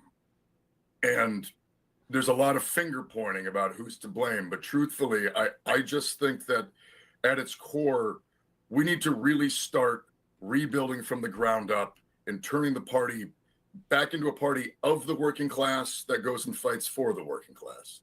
So to that point, I mean, if you win next year, your first vote would be on choosing the next Democratic leader. That would be Chuck Schumer. Would you vote for him to be the next Democratic leader? No. At this point, we need leaders that have vision and, frankly, the ability to fight. The things that I've seen recently don't show me a Democratic leadership that has that. And while I don't really have any answers on that front right now of who it would be, I do know that it certainly wouldn't be those who've been in charge. All right, let's talk a little bit. Boom. So there you go. I hope that paves the way for more candidates in 2026 to answer that question in that way, because it's inevitable. We know that the horse race questions are coming, but I'm looking at like John Ossoff. They're going to ask Roy Cooper if he would support Chuck Schumer if he were to win. These are essential questions. And honestly, if you're a guy like Ossoff or Roy Cooper who has already been a part of like the Democratic Party and you want to differentiate yourself from the rotten and deeply unpopular establishment of the party, saying you want to change in leadership is kind of a cheap way to do it, huh? I mean, Republicans always take shots at their leaders, and it works out extremely well for them. It's kind of pathetic how rare that is to see on the side of the Democrats. And especially when they're, frankly, just as evil as the side of the Republicans, especially now. If you wanna, if you're in Maine or even in like the Northeast, and you're gonna be having your Labor Day in Maine or whatever, and you want to show up, you can go to Graham's website. I think it's grahamformaine.com. Let me double check that. I got it wrong. grahamforsenate.com. There we go. Thank you, Brian. grahamforsenate.com has all of the information that you might need. You can volunteer. You can donate if you have the ability. Really important race, and hopefully this kicks things off with other candidates like this in primaries across the country. Clearwater, confidence in the Dems is at a historic low, but also vote for current leadership again. Laughing my ass off. Right. Yeah. Yeah, like even the crappy questions he does have in his narrow view aren't they don't cohere with each other. Emma Jordy Enthusiast says he also did a Reddit AMA yesterday, and it's pretty encouraging. Oh, I'd love to check out what he said. Doopy Time says, I'm thinking about that Morning Joe clip of where are the moderate charismatic politicians, aka moderate Zorans? The answer is most moderates were alive during the Spanish-American War. The thing is just that, not to toot the horn of millennials, but when you look at polling, millennials are by far right now the most like progressive generation alive. And as more millennials kind of come of age to run for office, you're going to see more of these kinds of candidates. It just depends on if the Democratic Party squashes them and if these candidates have infrastructure that can support their candidacy in the face of enormous obstacles like big money on the other side. It was interesting that Susan Collins, she had some statement about how anti-Israel Graham was really early on. You don't typically see that. AIPAC, give me money, send the check. Yeah, Susan, right. She's basically trying to get out ahead of it so that she can get a bunch of AIPAC money in her district. Yeah, Gotta Susan. prime the pump. Let's put this up, actually. I just sent it here. Susan Collins hits newly minted challenger over his anti-Israel rhetoric. This is less than a week ago. Oh, shoot. There's a bit of a paywall. I'll just read the quote. Do you think that comes from this interview that we did with him? Do you think that's... I wonder. I can't see it either. Yeah. Can I read one of his response from his AMA? Yeah. So it says, legitimate ad asks, just curious where you stand on LGBTQ rights and freedoms. And Graham replied, I stand right in the fucking way of anyone who's going to try to come after the freedoms of the LGBT community. Let's go. I mean, that's how you do it. I can't get past that paywall. Yeah, me neither. But oh well. People can look up her I mean, I guess comments. that. Yeah, I mean, the intended recipient for that is APAC, so it doesn't really need to be a public story. Right. She has received hundreds of thousands of dollars from APAC. Important high-level ideas. Matt, I think you need to check your World War I source regarding the British Navy. I've read a lot of World War I, and one of the major pre-war sources of tension was the naval race between Britain and Germany. They were both building steel dreadnoughts. If wooden ships were used, it might have been in some distant spot like Lake Victoria.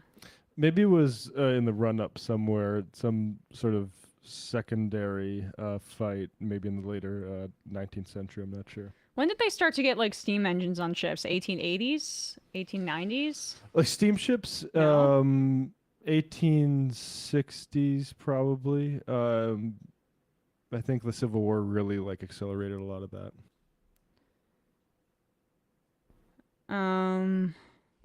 There we go, Mr. Now, y'all should talk to Kat Abu Ghazala, running for Illinois' 9th.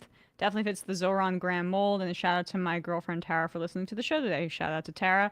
We should. I tried to do that when we were in Chicago, but I think I got sucked into the gravitational pull of Hassan. Meaning, we basically, we almost did it through that yes. connection, but it turns out Chicago is a giant city that takes sort of hours to get across. Right, and she was doing like a tour of the city, and by that point, when we were going to meet up with her, she was like an hour north of where we were, so it just didn't make sense. The district she's running for, is that Chicago? I need to look up the exact district. Notions of brightness. She is tired of the battle. She has wounds. Verbonia. Let's throw the battle-hardened veterans of Normandy onto the front lines in the Donbass. It's really funny to say that to a guy who did 4 tours of war, too, to call Janet Mills battle tested. Yeah, right. Was in That's Iraq such a great and point. Afghanistan. That's such a great point. Skid Mark Twain, Pokemon Go to the polls. Always a good reminder of that. Chevron, Janet Mills made a call against state municipal power initiative Pine Tree Power, which was pretty uncalled for. Hopeful One says, I'm 64 and cannot imagine having enough gas in my tank to be a senator, although it seems like they have a lot of time off. Yeah, I mean, that's the thing is I think their life is actually kind of easy. Right. If you don't mind asking rich people for money, you late into life. I mean, some people want to do it to their 80s. But if you're in the Senate, you don't have, like, that is a different deal. The House is constantly calling for money. She's like 6-year term. This is my retirement plan. Company Townie, battle tested, casket approved. Walk to fall, battle, more like battle axe. Battle test is my favorite euphemism of the year. I would be shocked if something tops that. John from T-Burg. It's good. John from T-Burg. How dare you all at the end of the segment where you praise J.B. Pritzker's rhetoric qualify that the man has some work to do instead of immediately licking billionaire boot. More seriously, it's a bit disturbing how readily people are willing to take the wealthy class into the clubhouse when they check a single one of their boxes, especially if all supposed tendencies of the wealthy person are assumed rather than explicitly stated. People love the champions. I do want to pinch his cheeks. Who, Pritzker's? Yeah. Very pinchable cheeks. Very much so. Alpha Incipiens, MMT hinges on having control of the current supply. You can't exactly run on it for offices below federal. Yeah. I mean, that's... Right on city council. Right. Mike from Bavaria, closest fit for Janet Mills is Vietnam, and how did that work out? I'm not sure what you mean. In a chopper? Chicago Steve, it's Schakowsky's current district, Illinois 9, north side of the city. Got it. Thank you. All right, let's do another clip here. Dropsite has reposted a video from Artists for Palestine STL of our boy Wesley Bell if we want to check it out. Oh, let's check this out. This is a huge problem for him. It seems like Cory Bush is thinking about jumping back in the race. The AIPAC label that is going to be basically printed on his forehead is a major political liability, especially in one of the bluest districts in the country.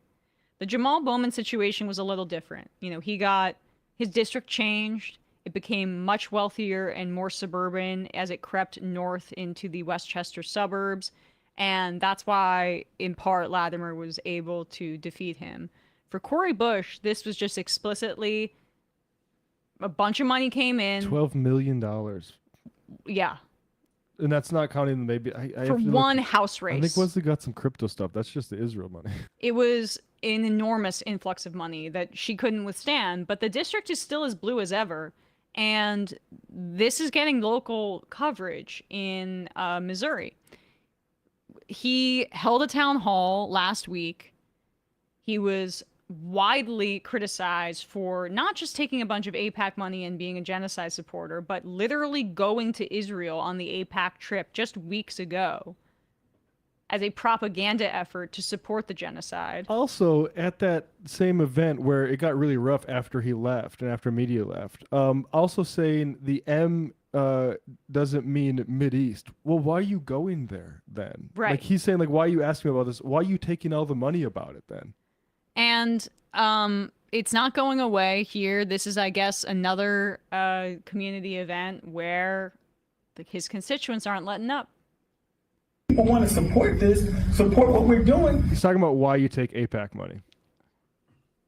People want to support this, support what we're doing. Please, hey, we'll take it because we got to get our message out. And the bottom line is that in our politics, you know that they're expecting close to a couple $1 billion in these elections coming out. And so that money is flowing everywhere. And until we address that issue and get campaign finance reforms, if you want representation that's going to represent your district, those people can't just go in there with empty pockets. So why you go to Israel then? If you just were like, people are handing out free money, I'm not going to say no. Why are you a genocide denier to this day then? It has no impact on you? You just felt like going to Israel and posing in a bunker? It's just a with coincidence? Steny Hoyer. It must have been just a coincidence. Bucket list travel situation. Come on. Do you think people are born yesterday? To quote that guy at the town hall who was confronting Alford, the Republican. Do you think we're idiots? Do you think we don't pay taxes? Do you think we don't know how money works? Keep going. Representation that's going to represent your district. Those people can't just go in there with empty pockets and just hopes and dreams. We got to understand there's a game being played. Politics is a... Sorry, just this game that he talks about here. They had a representative. Bless you. Sorry. They had a representative. Her name was Cori Bush. She was actually the youngest, the poorest, from poorest background representative in the entire Congress. She was going to go back to Congress because she's in a blue district. And then Israel said, no, we don't want this woman who's going to criticize us for this genocide we're doing. Let's put in someone who won't. Someone who has, who's like harassed people on behalf of the cops and let's get a bagman, and I'm gonna get a source here in a second for what I keep talking about with regards to him being in the debtors prison stuff. But this is also, you took this money in the primary, not about exactly. He's afraid. As if the Republicans were gonna beat him. 100%. This is what do you want us to do? Unilaterally disarm against the Republicans, which is the argument that we heard about against campaign finance reform in the years prior. We're not talking about against the Republicans, dude. I get it. You want to defeat Republicans and you're taking some money. I don't agree with you, but that argument would at least make logical sense. You took all of this money to defeat one of our most progressive members of Congress and somebody who experienced homelessness, who was an activist and tied to her community, a voice that we deeply need in Congress to represent the voice of the working class or people who have gotten an unfair shake. Cori Bush was the best of representation, and you're pretending you were taking that money against Republicans? Liar. Oh, crypto spent $1.4 million against Cori Bush as well. So it's not just the Israel money here. It's just any money. Wesley Bell will take it. Yeah. He's for sale. This man is for sale. campaign finance reforms, if you want representation that's going to represent your district, those people can't just go in there with empty pockets and just hopes and dreams. We got to understand there's a game being played. Politics is a game that's being played, and we can sit back and be righteous and say, no, we're not going to do it that way. And we can keep losing. And you know what? That's what we've been doing. That's why we lost, even though we have the majority as far as Democrats, registered Democrats. Hillary Clinton and Kamala Harris outraised. Well, actually, I want to fact check myself on the Kamala thing because the Elon Musk money was so significant that it might not be the case this time, but it was definitely the case with Hillary Clinton. I think it was the case. That's they didn't have a major disadvantage if somehow Trump squeaked it out. And he's worried about needing all this money in certain races. Well, just take a look at Wisconsin and see how people reacted in a actually like partisan fight for the judgeship there, for that Supreme Court seat that ended up going overwhelmingly in the Democrats' favor, despite Elon Musk spending a record amount of money on the judiciary race, the most in the history of this country. He lost overwhelmingly. The thing about money in our politics is that people really hate it. So if you have some base of funding and you can advertise that your opposition is corrupted, that's going to benefit you. And that might be the thing, in my view, that Wesley Bell might be a bit concerned about. Trump is invading Chicago in part because of cash bail, sort of hysteria against cash bail. This is from the Kansas City Defender. During his tenure as a municipal judge in Valdez City, for instance, Bell faced warranted scrutiny about the city's existing and exploitative cash bail system. According to the HuffPost, Valdez City, a small town that doesn't have its own jail, generates more revenue from court fines and fees than the city generates from property tax revenue. Bell claims that he never felt pressure to generate more revenue. Oh, look, just like he doesn't feel pressure to support Israel. It just happens that it works out. Yeah. But for Valdez City and other towns with a majority black population, tickets and municipality fees generate lucrative revenue. 2015, a lawsuit was brought against Valdez City and what some called its debtor's prison. This carceral process implored cops to make arrests for municipal code violations. The city then leveraged its fixed cash bail system to hold arrestees in a neighboring city's jail until cash payment was received. Those who couldn't make bail would be held for 3 days without a court appearance. It wasn't until a federal civil rights lawsuit was filed against the city and Bell in April 2015 that Valdez City decided to end its exploitative bail system. I love to take like insane record-breaking amounts of AIPAC money and then pretend to care about money in politics. It's almost like being a media company that spoke a lot about money in politics being extremely corrupting and needing to get money out, and then like that same media company creating a bunch of PACs. Keep going. Yeah, and also, yeah, well, we'll get to... Another PAC will solve it. Another re-election of Wesley Bell with AIPAC money will solve money in politics. Fighter PAC. Democrats, registered Democrats, and registered Republicans. We have a minority of states, state houses in the country. They have a majority, just had a super majority in the state house in Jeff City. They got the House, the Senate, and the presidency in Washington, D.C. Listen, we can't just sit back and just be like, oh, well, we just gonna just keep doing what we doing, and no, we're not gonna get involved. No, we can't do that. And so I hear what you're saying, and that's why I've stayed accessible. I'm gonna come out in the community. I'm not gonna shy away from tough stuff. We knew. All right. Why are you in a room with 9 people then?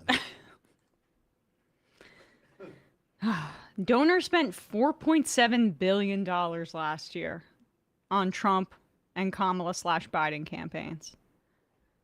A good chunk on his. The Democrats, their allied super PACs, and other groups raised about $2.9 billion versus $1.8 billion for Republicans. How much is this getting us? Nothing. Consultants are getting great and rich, though. It's why, like, all the thing he points to, that they're losing voters, people losing state houses. It's because Democrats are a bunch of lousy genocide-supporting Zionists, just slightly less belligerent about it than the Republicans. I don't think we're going to do calls today. I think we'll just keep doing clips. Sorry, guys, but we'll do some tomorrow. Next up, let's do that. What should we have some? We should have some fun with here. Ben Shapiro. But I'll read some IMs while we get that up. Clearwater. I'm disgusted simply by the assumption that money wins elections, not people. We smoked Musk and Schimmel in Wisconsin largely with people power. Exactly. Ding dong from LA. Wesley Bell. Look what you made me do. Mr. Melancholy. You gotta give Wesley Bell a pass. Sarcasm. Future reactionary. Today, MR stands for the Missouri Report. Let's fucking go. We have spent like an hour on Missouri. Missouri and Maine. Yeah, true. Brooklyn Best. I get that Cory Bush lost because of the flood of money, but shouldn't an incumbent who's progressive win on message alone? Also, where were the national progressives? Shouldn't they have stepped in? We need to consistently be campaigning against these capitalists to defeat them. Well, there are some valid, I think, critiques of Cory Bush in that, like, perhaps when you compare it to other members of the squad who were really diligent about, like, their offices being really active, AOC is famous for having a great constituent services machine. Ilhan Omar, Summer Lee, others come to mind. You know, those are folks who were able to withstand. Summer Lee withstood the AIPAC money. Like, she was the third one that they really targeted, if I'm not mistaken, of the squad. It was Bush, Bowman, and Summer Lee, and she prevailed. So there's some valid critiques of Bush there, but like this is George Latimer spent $22 million. Bowman spent $1.7 million. Like, but to focus on that, I think is missing the forest through the trees. The considerations that the IMer is talking about, that's for professionals who are running these campaigns and working in politics. Yep. As far as a matter of political like discussion and discourse, it is obscene to overlook the corruption of democracy by these massive amounts of campaign spending. Penny in New Mexico, a friend from Maine says the Collins family is very wealthy and well known in Maine. Susan Collins? Yeah. Of course she's well known. She's been a senator for 400 years. Yeah, I guess she has some family wealth or something. I didn't know that, but yeah. She's been there since I was in junior high. Or she's well There's known. Also 10 people in the state. Yeah, right. Which benefits these kinds of politics, too. Door to door. It almost can replicate somewhat city politics like that. Well, that's the one sort of quibble I have, and I'm anxious to see how maybe like Graham or Kat can hook up with existing organizations, whether it's like something like Local Progress or preferably DSA, because I think it's one thing about the ideology and the policies of candidates, but I think Zoran didn't just win from good ideas, but also a massive a ready-to-go organization that can hit the streets. Chris Burdick, I keep thinking about the MS Now rebrand, and I'm realizing what they should have done is put you in charge of the network and call it Emma's NBC. Yes. Straight to the top of the ratings. Yeah, that would fix everything. Taylor Swift. Big phony. Apparently she got engaged to Travis Kelce. That's what the IMers are saying, but I haven't read those because... You don't want your blood pressure to go up? Can't wait for this to be the main storyline in the NFL. Everyone's getting rich. That's all that matters. Cherry Ghost, Maynard here. I'm Westbrook. I'm volunteering for Graham's campaign. It's my hometown. There you go. Nice. We'll get a shofar for that. That's what I love to hear. Not about your hometown, about the volunteers. Yes. I am volunteering for Graham's campaign and attended an orientation meeting last night. I'm feeling super energized by his campaign. It's very cool to have already bumped into MR listeners on the volunteer Discord. Left is fucking best. Let's go. See, that's what we need. I mean, that's what we really do. And that's why the value of running in campaigns for this sort of thing, I think, are incredibly important. We need people who know how to do this, who can't just like theorize about what's the best idea and ideology to take into a campaign, but how do you run a campaign? How do you actually turn out voters? Niall from Trinidad, did you know that Graham and Ryan Grimm work together as bartenders? Is that real? That sounds made up, but that could be true. It sounds real, but Ryan has such a storied past. Like, it could be true.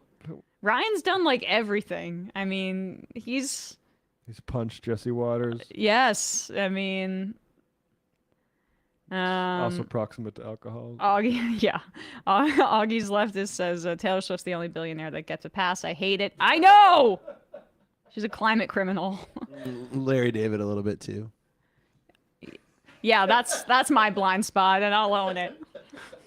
Also LeBron, but he's like a wage billionaire, so. But at least Larry weighs in on politics and is anti-Trump. I mean, I don't know if we wanted to nail down his views on other topics, it may not be great, but all right, let's have fun here. So Ben Shapiro has a new angle to target Zohran Mamdani, and it's about how he's not a man enough for Ben.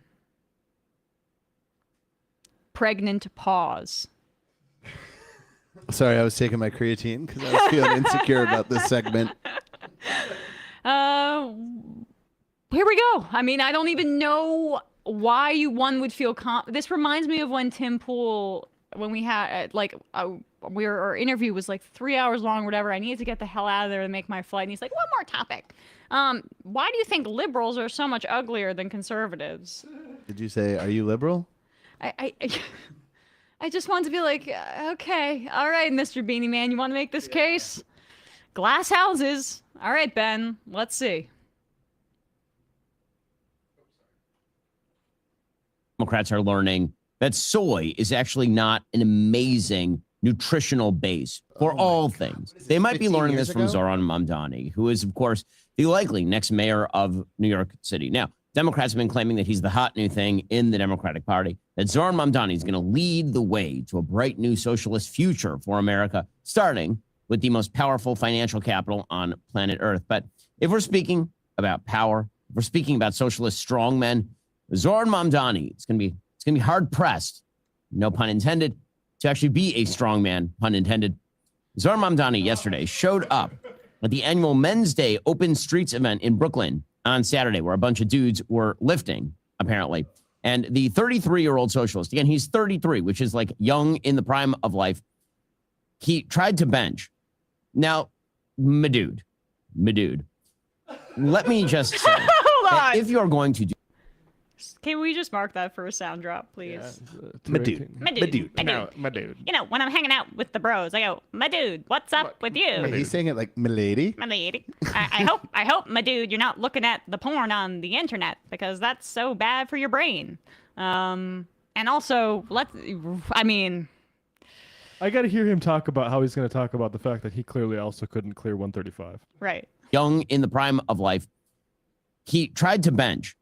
Now, my dude, let me just say that if you're going to do something like this and you're a public figure, you have to know your limitations. Like Zohran Mamdani must have at some point been in a gym. I mean, maybe not, given how this video went. But if you don't know how much you can bench, this is not a great time to try it out. It's like in front of a giant crowd of people in the middle of a mayoral race. So he shows up. Can you pause it? Yeah, who cares, actually? Yeah. I don't. I don't know if Zohran's done this, but there are like always people playing chess in Washington Square Park, and they're like experts. If he had done and sat down with them for a campaign event and lost, would this be the critique? Like, the people that are benching and doing this competition are good at it. Zohran's a cardio king. Anyone see him walk the entire length of Manhattan that one day? That guy has great stamina. He may not be jacked, but got news for you, Ben. Some women aren't into that. Actually, a real man would know not to embarrass himself and would be very insecure about what he's able to do and not do, and be sure not to do anything that might embarrass him. That's how a real man goes through the world, making sure that they don't ever fail in front of anybody, and because then they'll laugh at them, and you're not a real man. He I think it's actually says a lot about Zohran, how he was willing to get down on a bench and try. And I'll just say, like, he actually got a good workout in, because when you go to failure, that's actually when you're building the most muscle. So even though he wasn't able to clear a full rep without a little bit of help, he still got that good burn in, maybe a little delayed onset muscle soreness. And, he's probably come back, maybe try 135 next week. He might be able to get it. He's been a little bit busy running for mayor. Not everybody has the luxury that Andrew Cuomo has to kind of show up in New York on occasion stay at his daughter's apartment. Not everybody has open access to things like testosterone replacement. I mean, just saying this in theory, or human growth hormone, that kind of thing. He's been slimming down too. He's not bulking. He's not building muscle. This is him last summer in Subway takes, and you can see he's lost a little bit of weight. Since But you know why he's slimming down is because he's literally been walking across the city, talking to people, like an insane amount of walking. Yeah. He should share his average steps in response to this, right? But it doesn't even dignify with a response. Yeah, but I just want to play a little bit. We're of this. already giving Ben too much credit. I know. Maybe let's go back to Ben first, because I want to hear him talk about bro, how much can you bench, Ben? Can Right. you get the bar up? Yeah, let's I get a would video love of to it. see that. Yes. And he takes a couple of 45s, like 2 plates, and he stacks them on the bar. So this is maybe 135 pounds total. And now let's just be clear. A decent bench for a man is his own body weight. And that's like a decent bench for a man. Zoran Mamdani, I assume, weighs more than 135 pounds. Maybe not. Can I say, like, it's not a decent... You're doing well if you can bench your weight. He doesn't know he's reading this. He doesn't know anything about a gym. That's He the has a point. It's like, teleprompter. it's in front. about 135. No, it's pretty definite. That's exactly how much 40 it plus is. 45 plus 45. I mean, I mean, it's different for women, I guess, but I mean, if you're able to bench your body weight, you're pretty damn strong, Oh, at that's least in my book. really good for women, but for Yes. men like that, I would bet thousands of dollars that Ben Shapiro cannot bench his own meager body weight. We should challenge him. He should do this. Glass houses, Yes. buddy. Also, if he's embarrassed on like displays of like weak macho masculinity, he should shave that fucking beard. I would like to see Ben Shapiro try to do 150-pound. That bench beard has press. taken him 6 years, I Yeah. think, to grow in. Yeah, it's still pretty rough. Too. Right, and it's like at least shave it down a little bit, but it's like the in between stubble patch, piece. He thinks he's like Kurt Russell or something. Oh no! My 5 o'clock shadow. But come on, Ben, get down with 150 pounds. Decent bench for a man. A decent bench for a man is his own body weight. And that's like a decent bench for a man. Zoran Mamdani, I assume, weighs more than 135 pounds. Like you need to be benching to bench your own weight. Nobody just sits down for the first time because they're in Exactly. good shape, and so like okay. Maybe not, but I for a man. Zoran Mamdani, I assume, weighs more than 135 pounds. Maybe not, but I assume that he does. Yeah. 135 pounds is not a lot of weight. Like, not a lot of weight at all. Now, I'm not a bench press Let's enthusiast. drop some on your head. For the record, I 135 max out at around See if 200 that's a lot of pounds. weight. I'm not like an amazing... I'm not a bench press enthusiast. Wait. For the record, I max out at around 200 pounds. So I'm not like an I don't believe amazing it. bench press connoisseur. Connoisseur? Even I We talking can about lift whiskey? 135 pounds, probably 15 times, because that's not a lot of weight. Zoran Mamdani, it doesn't go well. Here's how it went. I mean, we don't need to see it. Ben, you have to show us you doing that amount of weight 15 times. Please. With no assistance like Zoran got. Let's see it. The idea that he can do 200 pounds, I think, is the funniest thing I've ever heard in my life. I would like to see it. Facts over feelings. Facts over assertions. Yeah. No one gives a shit. Trump is a fat, lazy, like out of shape, ignorant idiot. The health secretary is never nude. The health secretary is using Growth hormone. human growth hormone. I mean, I don't want to get sued, but it appears that he might be supplementing, and he's quite red all the time, which is a bit of a side effect of some of these drugs that help people like look kind of freakish later in their life. Zoran looks like a normal person, but I think New Yorkers. They wanted somebody who was going to bring down the rent, freeze it, provide universal childcare, free buses. But gosh, can he bench? Republicans, their sense of masculinity on this front, it's amazing to me because like I don't want to betray too much about my like sensibilities, but for men, when I see a guy that's juiced up like that, I would run the other way. I've been in a relationship for like over 8 years, but like even just in terms of aesthetically, it You signals like the to Joe me. Rogan Tomato Man? Oh, I do not like Joe Rogan Tomato Man. Like, if you're the kind of guy that is that obsessed, first of all, you probably are, like, extremely vain, and you have a little bit more time on your hands to do that kind of thing. Like, I like bodybuilding, it's interesting or whatever, but the idea that that is what masculinity should be is the kind of thing you hear from men that don't really perform like positive masculinity in your life, which is about like taking care of your family, being a good and honest, reliable person. And that's what, and I would identify with as masculine. It's a type of conspicuous consumption at a certain point, to be so, and being a media professional, like I'm in good shape because much easier job than somebody who works 8 to 5 o'clock and is completely worn out by it. Like, my hours are much better, so I can go to the gym.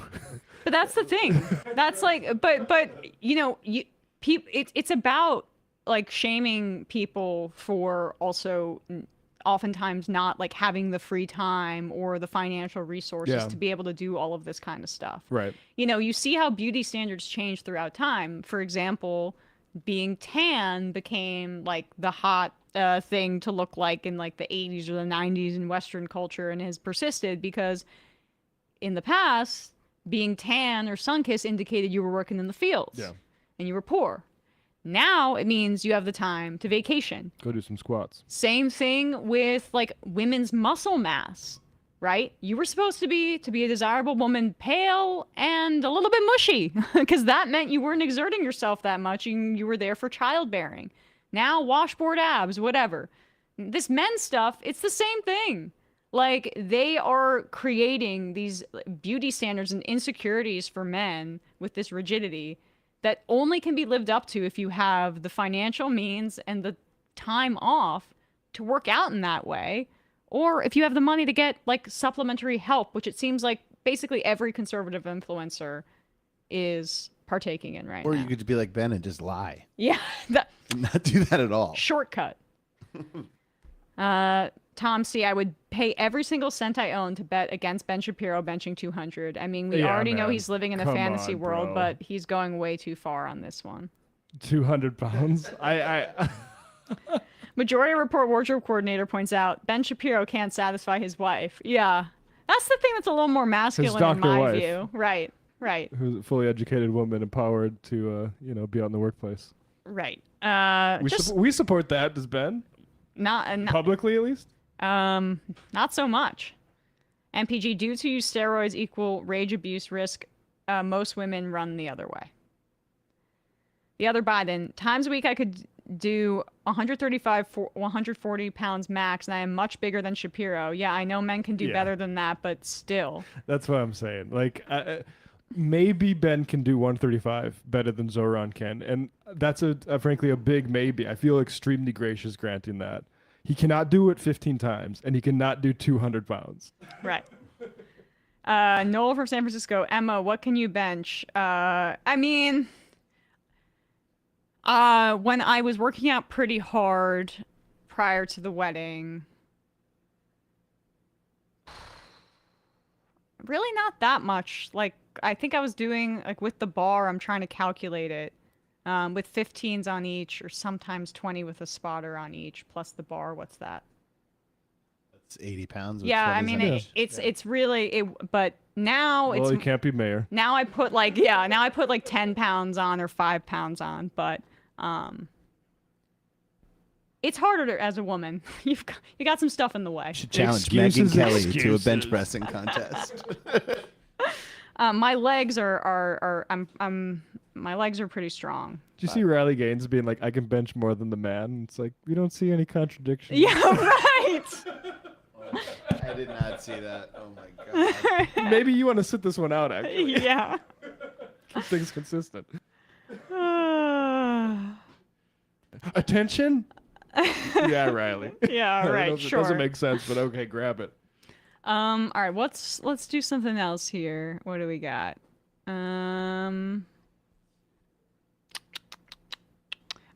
Ooh.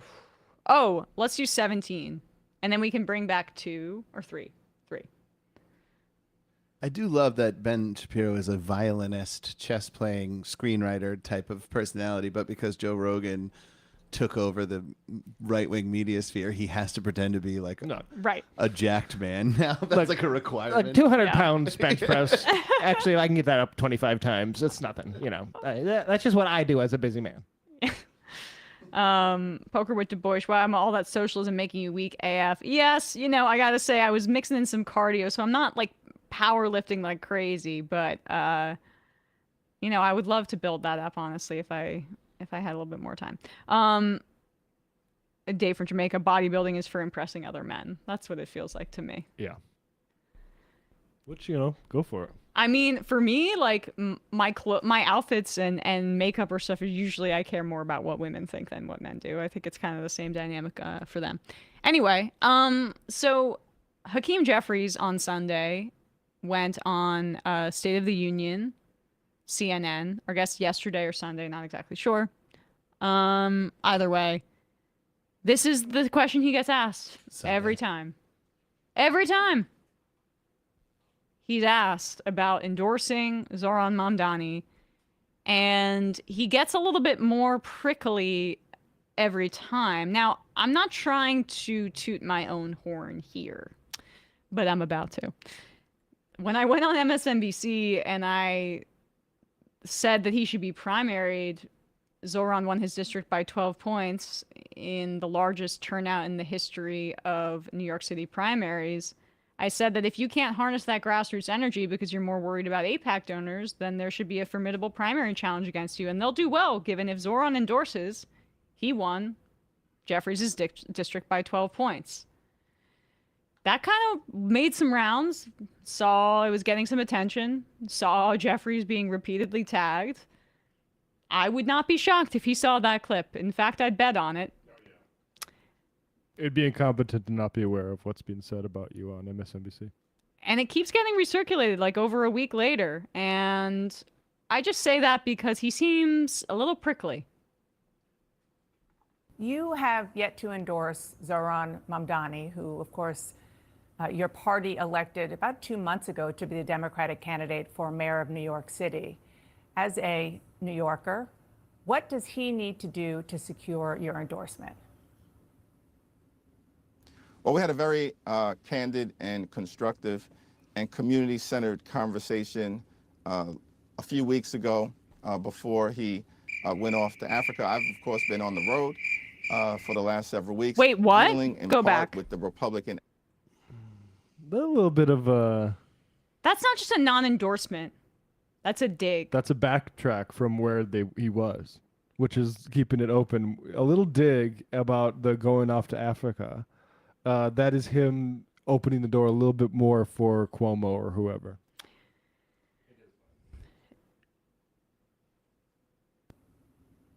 Well, we had a very candid and constructive and community-centered conversation a few weeks ago before he went off to Africa. I've, of course, been on the road for the last several weeks, dealing in part with the Republican effort to try to rig the midterm elections through their gerrymandering scheme. But Congresswoman Yvette Clarke, the chair of the Congressional Black Caucus, and myself are scheduled to sit down with him in the next few days. I look forward to that conversation. What do you want to... Jeffries went to Israel in April. I had that ready, actually. Let's talk about that.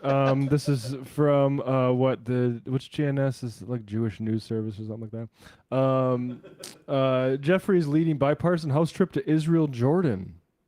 In the Middle East, the group will meet this is in April, with senior officials in Israel and Jordan to discuss the challenges that exist with Iran and its proxies. So he went to Israel to talk about bombing Iran. But, yeah, Zoran took a little break after a trouncing Cuomo running on the same type of politics you have, Hakeem. To celebrate his marriage. Right. And as like, where's Cuomo been? He's been like, in the Hamptons. We're going to say Zoran didn't have good work ethic in this race. Basically, that's the implication. Outside of the xenophobia, classy. invoking also the Congressional Black Caucus here, as if Zoran has issues with black voters. No, he has issues with older conservative black voters in many ways in some parts of the city where he didn't win them in the same numbers that he overwhelmingly won other groups, including winning a majority of Jewish voters as the Democratic establishment screams anti-Semitism, in part because there are, church-based or faith-based communities in parts of New York City that are a little bit more conservative, with older black people in it. And more embedded into the machine. And more transactional with endorsements and with, past historical relationships with Andrew Cuomo.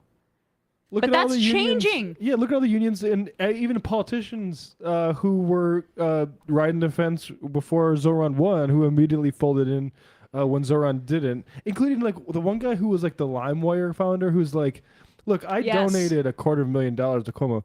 Don't get me wrong. I'm not an enthusiastic supporter of the guy. I'm just trying to do business.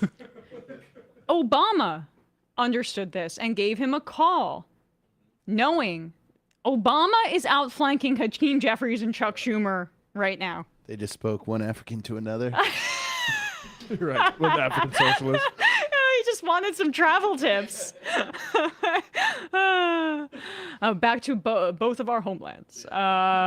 Did you find my birth certificate when you went there? People should follow at Prof. Jeffries. This is Hakeem Jeffries' brother, who is actually a big Zoran supporter. Pretty cool guy. Cool guy. And I mean, the thing is with Hakeem Jeffries, it's an open secret that there's a family history that I believe Jeffries' uncle, there's some sort of Nation of Islam type of ideology, I believe, and early on in Hakeem Jeffries' career, AIPAC said, hey, do you want us to sink you with this and put this around your neck forever? And Hakeem Jeffries said, I will rather be a pliant politician for y'all. I will rather soak the Democratic Party in the blood of genocide because I want to be in power. And that's why we are where we are right now. He leads the Democrats in the House. And he did it out of cold personal opportunism. That is the vetting process, though. Yep, exactly. That's how it works. That's how you vet candidates. That's why that's why Congress. That's why the party looks like how it is today, because years and years of selective pressures, accelerated by a post-Citizens United freeing up of these sorts of, explosion of money in our politics, and corrupting money. Yep.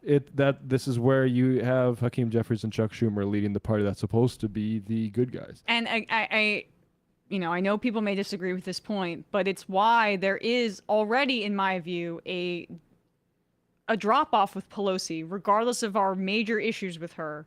Her partisanship was much stronger than this. She came from an era of politics prior to this. Now, it was a more conservative political belief in stuff like austerity that we hate. But God, that woman hated the Republicans. And we could use a little bit of that in leadership right now. I mean, Harry Reid, too. That class, it's both toothless, corrupted, ineffective, and a drain on the party. There's nothing positive except for their view of how Hakeem Jeffries can garner fundraising. But we already know that Democratic fundraising is basically collapsing right now. There's even the big money people are like, this is the horse I want to bet on? Hell no. So even their own stated objectives, and Schumer's being, I want to keep the Democrats pro-Israel, which is not his job, but he says that's his job. To Brett Stevens. He's failing at that too. 8% of Democrats support Israel's actions right now. This is what our corrupt campaign finance system has wrought. The Republicans actually brought this up a little bit a while ago, but this explains why Jeffries is so in the bag for Israel, because that's what got him to the dance. if he wasn't, Israel wasn't going to pay for him to be in this position. I'm going to play this, Brian. Yeah. Republicans are going after you in a new ad. They're going after the op-ed you wrote in college defending your uncle and the comments you made about black conservatives. Do you stand behind the arguments you made in that op-ed, and do you stand behind the comments your uncle has made about Jewish people? Well, first of all, I think I've made clear consistently that I do not share any of the controversial views that were expressed by my uncle more than 3 decades ago. Not now, not ever. And equally significant, as I've said, my track record in public service and professionally for more than 2 decades of bringing people together and standing up for every single community, including the Black and Jewish communities that I proudly represent in Brooklyn, speaks for itself. This is an interesting pattern, to bring it back to Obama with, the whole freak out in the 2008 race about, what was the name of the Reverend Wright? Reverend Wright? Yeah. Kamala Harris had a father. That was pretty radical. She got into politics much less so. Honestly, Jeffries is the worst of all of them. She is. I mean, he is, of course, because this Wright is fine. Because the AIPAC stuff is so insanely transparent here. And Donald Harris is fine. It would be nice if they were more influenced. Exactly, but the point is that that's maybe a part of some of the vetting, or the who knows if it's personal psychology of wanting to be in opposition to that, or if it's chicken or the egg. But well, Buttigieg also has. That was the other one, yeah. Buttigieg. Yeah. Which name do you have a harder time with, Buttigieg or Epstein? I'll never say Buttigieg. It's too long. Same amount of syllables. Exactly the same. I resent the T-shirts they made where it said "boot edge edge." Yes. But Epstein. Did I get it right? Yes, you got it right. I have high hopes for you. But yeah, that's why Buttigieg pun. That's why Hakeem Jeffries yes. is who he is, and that's why he's not going to get better, because he couldn't be there if he wasn't. Yeah. While we're on the topic, I meant to get to this when we were speaking about Trump trying to fire the governor, the Fed governor, Lisa Cook, but. This is just I know that this statement may seem boilerplate to people, but this was what Jeffries said, his official statement as the top House Democrat about the firing of Lisa Cook. To recap, she was appointed in 2022 as the Federal Reserve governor. Trump is attacking her because he's trying to bully the Fed into lowering interest rates. But also, he's been systematically targeting Black people in positions of power, and particularly Black female federal workers in positions of prominence, like Carla Hayden, Librarian of Congress, the first, I think, either Black woman or Black person in general to lead it, but also Gwen Wilcox of the NLRB, and now Lisa Cook of the Federal Reserve. And so I don't have an issue with the first part of Jeffrey's statement pointing out the racism. I am not somebody that thinks, if we could put this up here, that you can't make a class argument while also pointing out, this administration is 2-bit clan shit. Going after Black people and purging them from government. So this part, Dr. Lisa Cook is the first Black woman to ever serve on the Federal Reserve Board of Governors. Donald Trump is trying to remove her without a shred of credible evidence that she has done anything wrong. Okay, I'm fine with that. But listen to this. This is just, to the extent anyone is unfit to serve in a position of responsibility because of deceitful and potentially criminal conduct, it is the current occupant of the White House. So, okay, this is a lib thing where they don't say Trump's name or something. He who must not be named ass. Yeah, fucking Voldemort or something. Yeah. Like the Babadook. Don't say it 3 times or he'll appear and he'll win the election again. Oh, wait. The American people are not buying your phony projection and slander of a distinguished public servant. You idiot. You already pointed out that she was, fired. you could have made a better case for how racist it is, but you point out that she was the first black woman ever, whatever. All right, fine. The next part is to the extent anyone is unfit to serve in a position of responsibility. First of all, this sentence sucks. To the extent anyone is unfit to serve in a position of responsibility because of deceitful and potentially criminal conduct, repeating his baseless accusations against Cook, is the current occupant of the White House. Okay, roundabout way of saying he's a criminal. The American people are not buying your phony projection and slander of a distinguished public servant. Why is the entirety of the statement about her public service? Nobody knows who Lisa Cook is. It's a racist action. Exactly. Point that out. Now, I was told that the party only wants to focus on kitchen table issues at the expense of trans kids, at the expense of social issues that they claim are too thorny, at the expense of inclusive language. That's what they're saying. But there's no effort to include the fact that the attack on the Fed's independence is to distract from the fact that Donald Trump is crashing our economy, the fact that this is a part of his authoritarian takeover of an independent central bank so that he can bend it to his will because he wants to get rich and he wants to heat up the economy so that him and his buddies can continue to steal money from the rest of us? Yeah. How do you not make this about economic policy? Trump is killing your retirement. Put that in bold letters right there. Trump is waging war on the Fed's independence, essential to the bedrock of our economy. Are you worried you're about to retire in 2 or 3 years? Do you have a 401k? Well, good luck, because Trump is playing politics with the economy and he's covering it up. But instead we get norms. Norms. Norms is the center of this argument.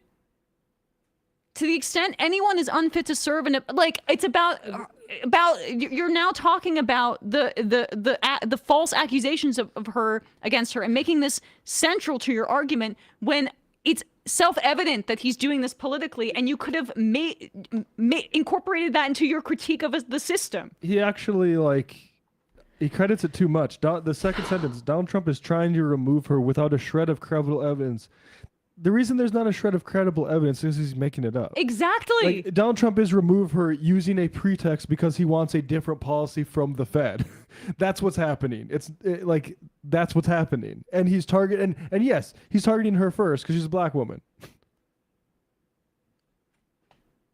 I don't know how you do. I mean, And this is where I'm like, okay, but here's the top comments you could probably do with mentioning the economic calamity ending Fed independence would cause. But all right, man, that's exactly right. And I don't even understand it because this is not even material. We're not even asking you here to talk about taxing the rich or anything like that. This is about the economy humming. Well, what? No, I didn't. We didn't even get to this actually last week. Oh my God. Asked about Trump's deployment of military and other federal authorities in D.C. Here's Hakeem Jeffries' response here. This is on the Bulwark. I think the D.C. Attorney General issued a strong letter making it clear that in his view, in the assessment of the authorities in the District of Columbia, whoever Donald Trump seeks to install allegedly to run the Metropolitan Police Department of Washington, D.C., has no authority, and that they should continue to take direction solely from the police chief of the Metropolitan Police Department in Washington, D.C. I thought that was a strongly worded letter. He cited a lot of statutory provisions. I think How do you use the phrase strongly worded letter and not realizing people use that phrase to make fun about of you? fecklessness? Yeah. No, I thought it was a strongly worded letter. I'm agreeing with you. This guy represents one of the bluest districts in the country. There is no reason we should have Hakeem Jeffries in power. None. Zero. There's no front line you got to worry about. Means nothing. Means nothing. DSA could mount a challenge against him, and it's gonna be a real fight for him. If he keeps going down this road, like, we'll see. He's probably gonna say, okay, well then we'll primary the DSA electeds. Well, good luck, because those are safe blue districts in many ways, and that's part of why this has been the target of past, like, Justice Democrats and also DSAs, is like, yeah, these are left-wing districts. We'll run left-wing people in them. Let's see how it goes. I'm just in awe of his incompetence. I most of the time I'm ready to chalk it up to him being bought. But like the Fed independence thing, there's nothing like, he has the backing of the financial institutions that want the Fed to be independent and don't want Trump messing with employment data. Like, we're seeing how the markets are responding. You have, this is like your very narrow lane, Jeffries. How do you not land the plane? Okay, anyway. Got a perfect landing strip on the top of his head. Oh. All right, we'll get out of here. Luke from Oregon. Jeffrey's statement and Pete Buttigieg's statement on Palestine are the same word salad bullshit. Not Nick Fuentes. This bit about sending strongly worded letters is getting tired. Who does Hakeem think he is? Carlito Schumer? Who gave him the idea? Amy Schumer? Oh, if it's strongly worded letters you want. Iowa and Ryan, when I worked for Bernie, there weren't really any Pete Buttigieg efforts going on. On the day of the Iowa caucuses, some houses in town erected a very large picture of Pete removing his tie. I think it was supposed to be because it looks like Superman. I remember being kind of offended by it. Yeah, the folks who get enthusiastic about Pete Buttigieg, they are the soulless climbers. They are the people who would have been Clintonites in the 90s. Snarkinarski, I still have to stop and think what I'm reading when some dipshit writes TFG or the former guy. Clever name branding there. Nobody knows but your little click. Trump, herder. No, knows what the hell you're talking about. Yeah, it's brain dead. No mention of Republicans either in that statement, by the way. I mean, that's the other thing, is they're constructing an apparatus of like Heritage Foundation psychos that I think we're going to be dealing with for a long time, and acting as if this is some Trump thing, as he is like, wait, what? Can you remind me what I'm signing? Oh yeah, that's good. I mean, it's good we're doing that. I don't think it's setting us up well. So important. Felonious Monk. Let me be clear, my spine was broken into pieces and made into dreidels. What? I may just not be getting it. I think it's weird. Yeah. A little bit weird. Forced majority report. Anabolic steroids and HGH. Not great for male sexual function either, let's be frank. Yeah, but it's all about the aesthetic, baby. Yep.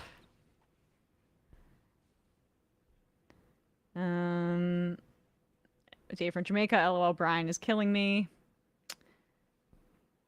Ooh, breaking. Trump. Cracker Barrel should go back to the old logo. I don't even know what the controversy. I don't even know which side is upset. I don't. What is the point? Like, what is the what? It's white genocide. It's the newest white Because they genocide. took the barrel out of the logo. There was a guy behind that barrel. A white guy. And that white man had a name. Yeah. And his name. Cracker Barrel. And he was attacked by feminism. Okay. Yeah, I'm sorry. He was a victim. Got canceled for a joke. He was a victim of crime. Thought crime. Jazz Apple. Ben is so full of shit. I weigh 185 pounds and I can barely lift 100 pounds once on the bench on a good day, while I can easily lift 200 on the triceps.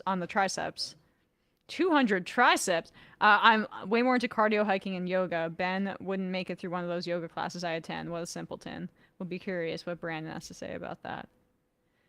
Noah from Tampa, being able to work out regularly is definitely a luxury. The added costs in food and laundry, not to mention the cost in terms of energy, which could exhaust you before you even get to wage labor. Exactly. Like I have a job that sort of builds up energy that I need to expend exercising. People who are like walking around all day carrying giant packages or whatever, like they're probably not going to go focus on their powerlifting. All right, 3 more.